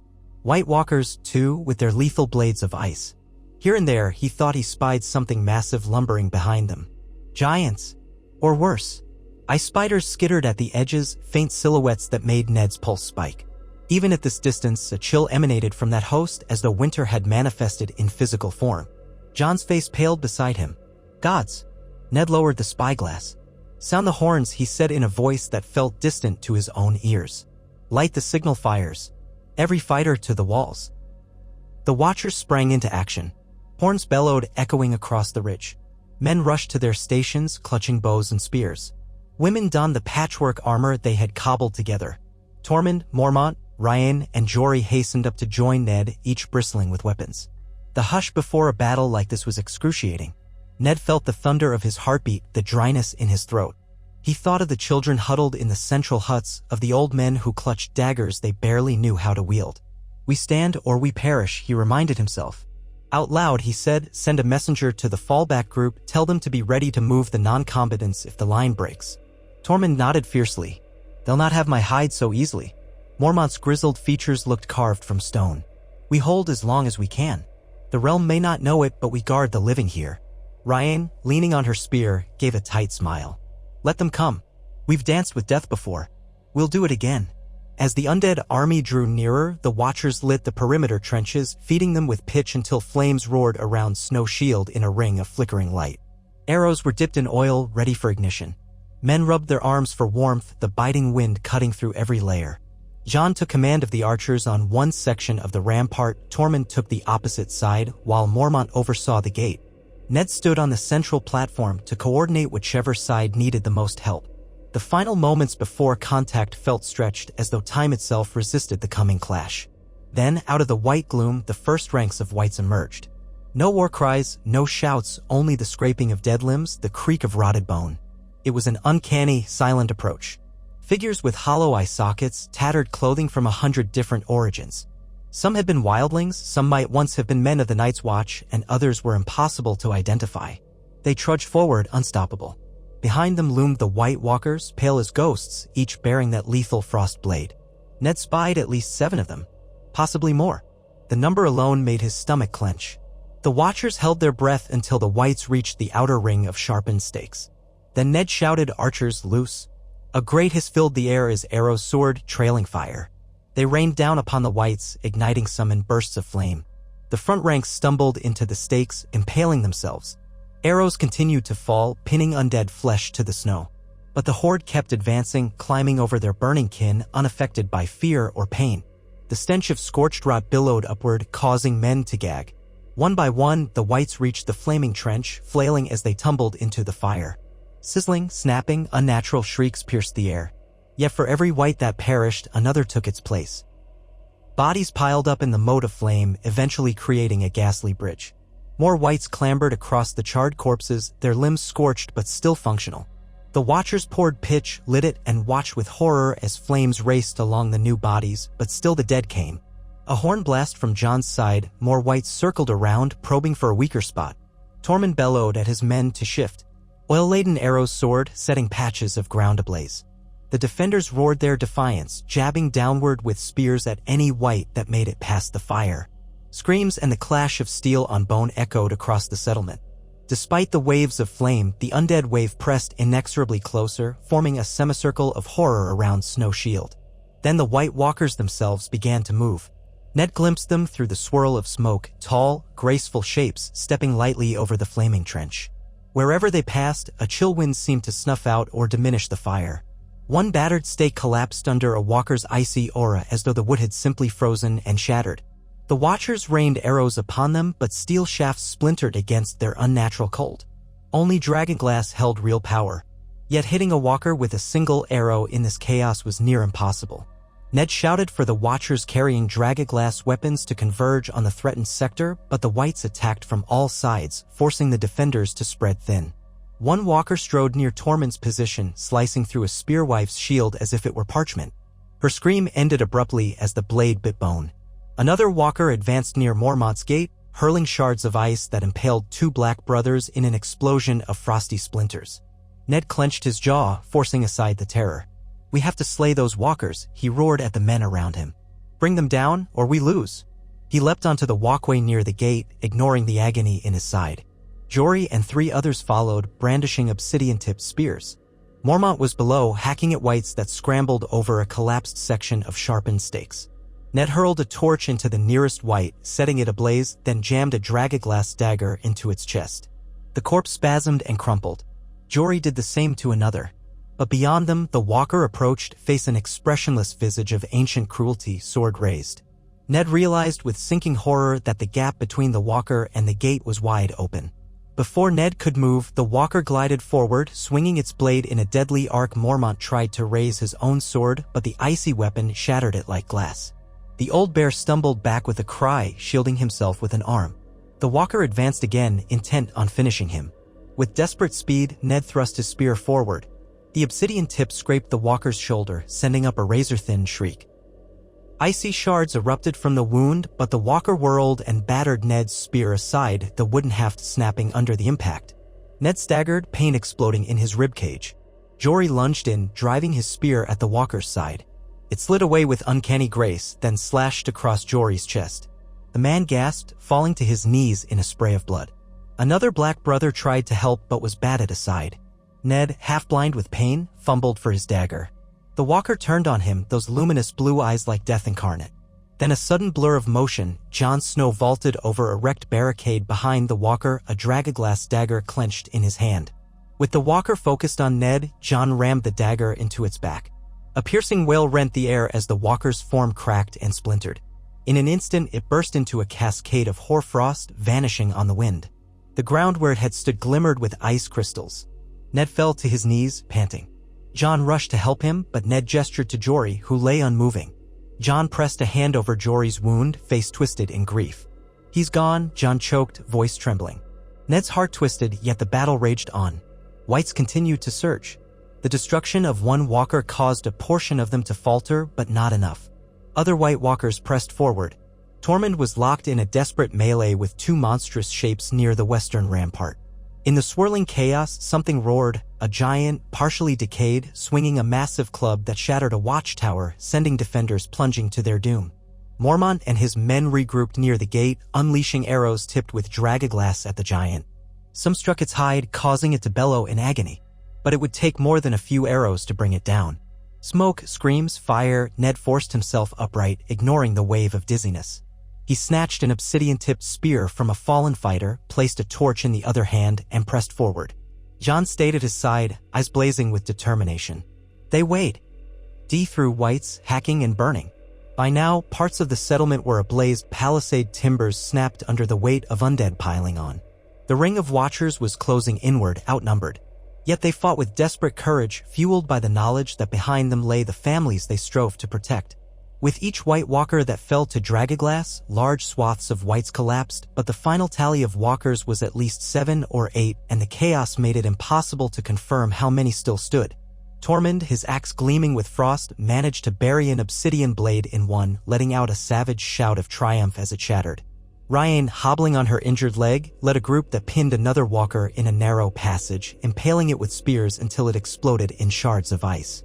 The battered defenders took heart each time they destroyed a walker. Fewer wights remained to press the attack. But it was still uncertain whether they could hold out. Somewhere near the broken watchtower, the giant rampaged, crushing both living and dead underfoot. Another giant, half-skeletal, clawed at the flames that licked its torso. Arrows streaked from the ramparts, setting hair and rotting flesh ablaze. Ned saw a group of black brothers and wildlings charge the creature, brandishing torches and obsidian. The giant roared, swiping them aside, but they pressed on with suicidal bravery. Finally, Tormund and Mormont arrived from opposite sides, each driving a dragonglass-tipped pike into the beast's flank. The giant screamed, toppling in a thunderous crash that shook the ground. Flames consumed its corpse, sending up a pall of black smoke. The tide turned slowly. Many wights lay strewn across the courtyard, half-burned or pinned under rubble. Another white walker fell to an arrow from Halwyn, who risked his life climbing atop a half-collapsed platform for a clear shot. Each time a walker died, more wights collapsed, their unholy magic severed. The defenders rallied, pouring fire onto the largest remaining pockets of undead. For all its brutality, the hours of carnage began to subside. The living forced the final wights toward the blazing trenches, turning them to ash. By the time the sun's watery rays broke through the sooty haze, Snow Shield stood battered and broken, but not taken. Bodies littered the ground among the men and women Ned had known by name, or at least by face. Smoke hung in the air, stinging eyes and lungs. The walls were partially collapsed, watchtowers splintered. A hush fell, punctuated by the wails of survivors seeking lost friends or the moans of the wounded.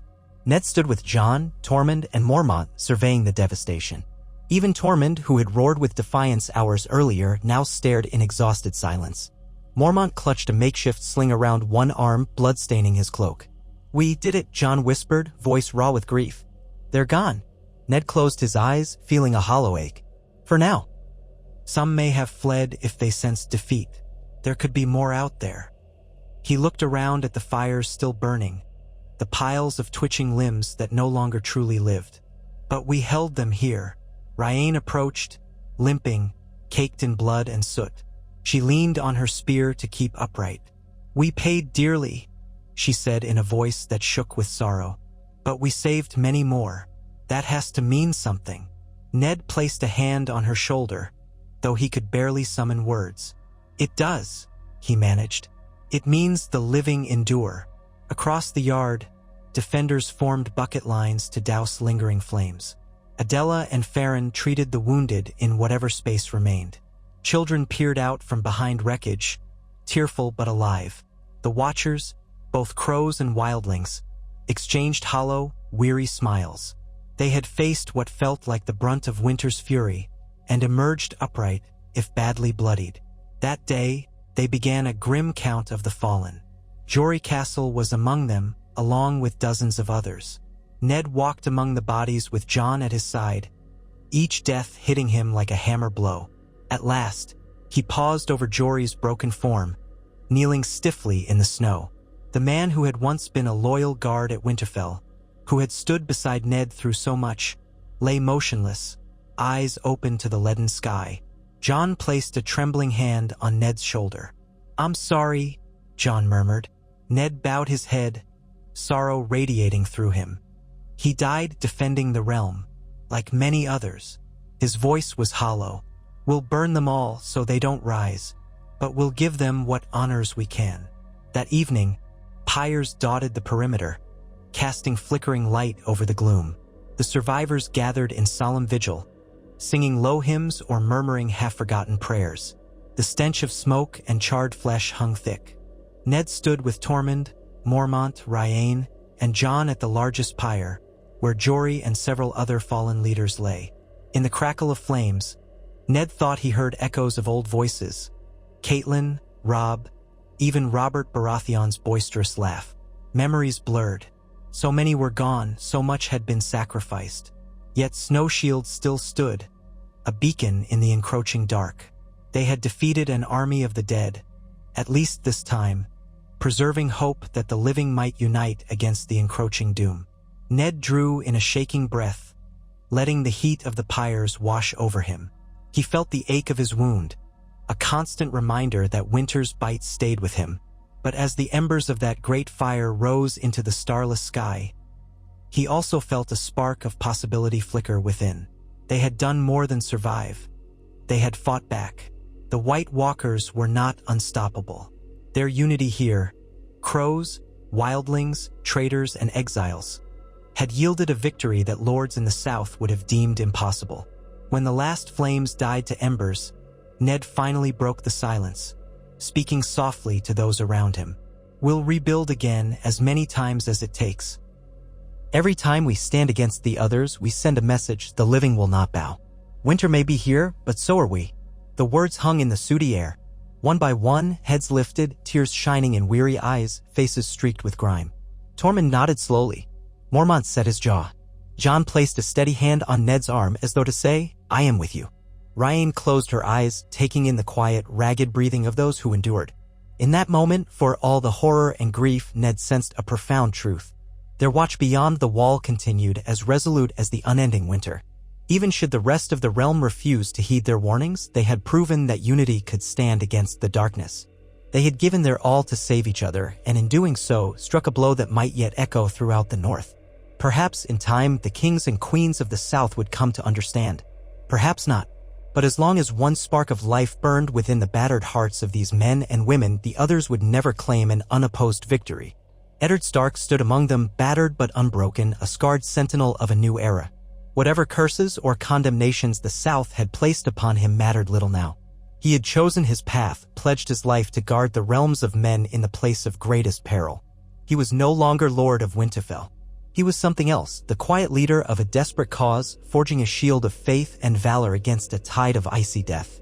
He glanced at Jon, felt the boy's devotion, and found solace in the knowledge that their bond had never been stronger. Turning away from the dying fires, he gazed at the battered walls of Snow Shield, a testament to defiance, to sacrifice, and to hope in a realm threatened by nightmares.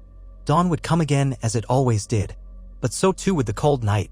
And Ned Stark would be ready, standing in the breach, ensuring that no matter how fierce winter's wrath grew, it would find in him and his allies a foe of unshakable resolve.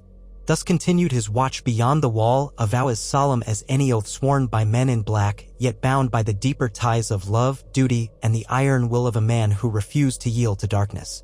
If the others came 1,000 times, he would face them 1,000 times until all breath left his body. That he promised to the flames, to the memory of every life lost, and to those countless souls yet to be saved.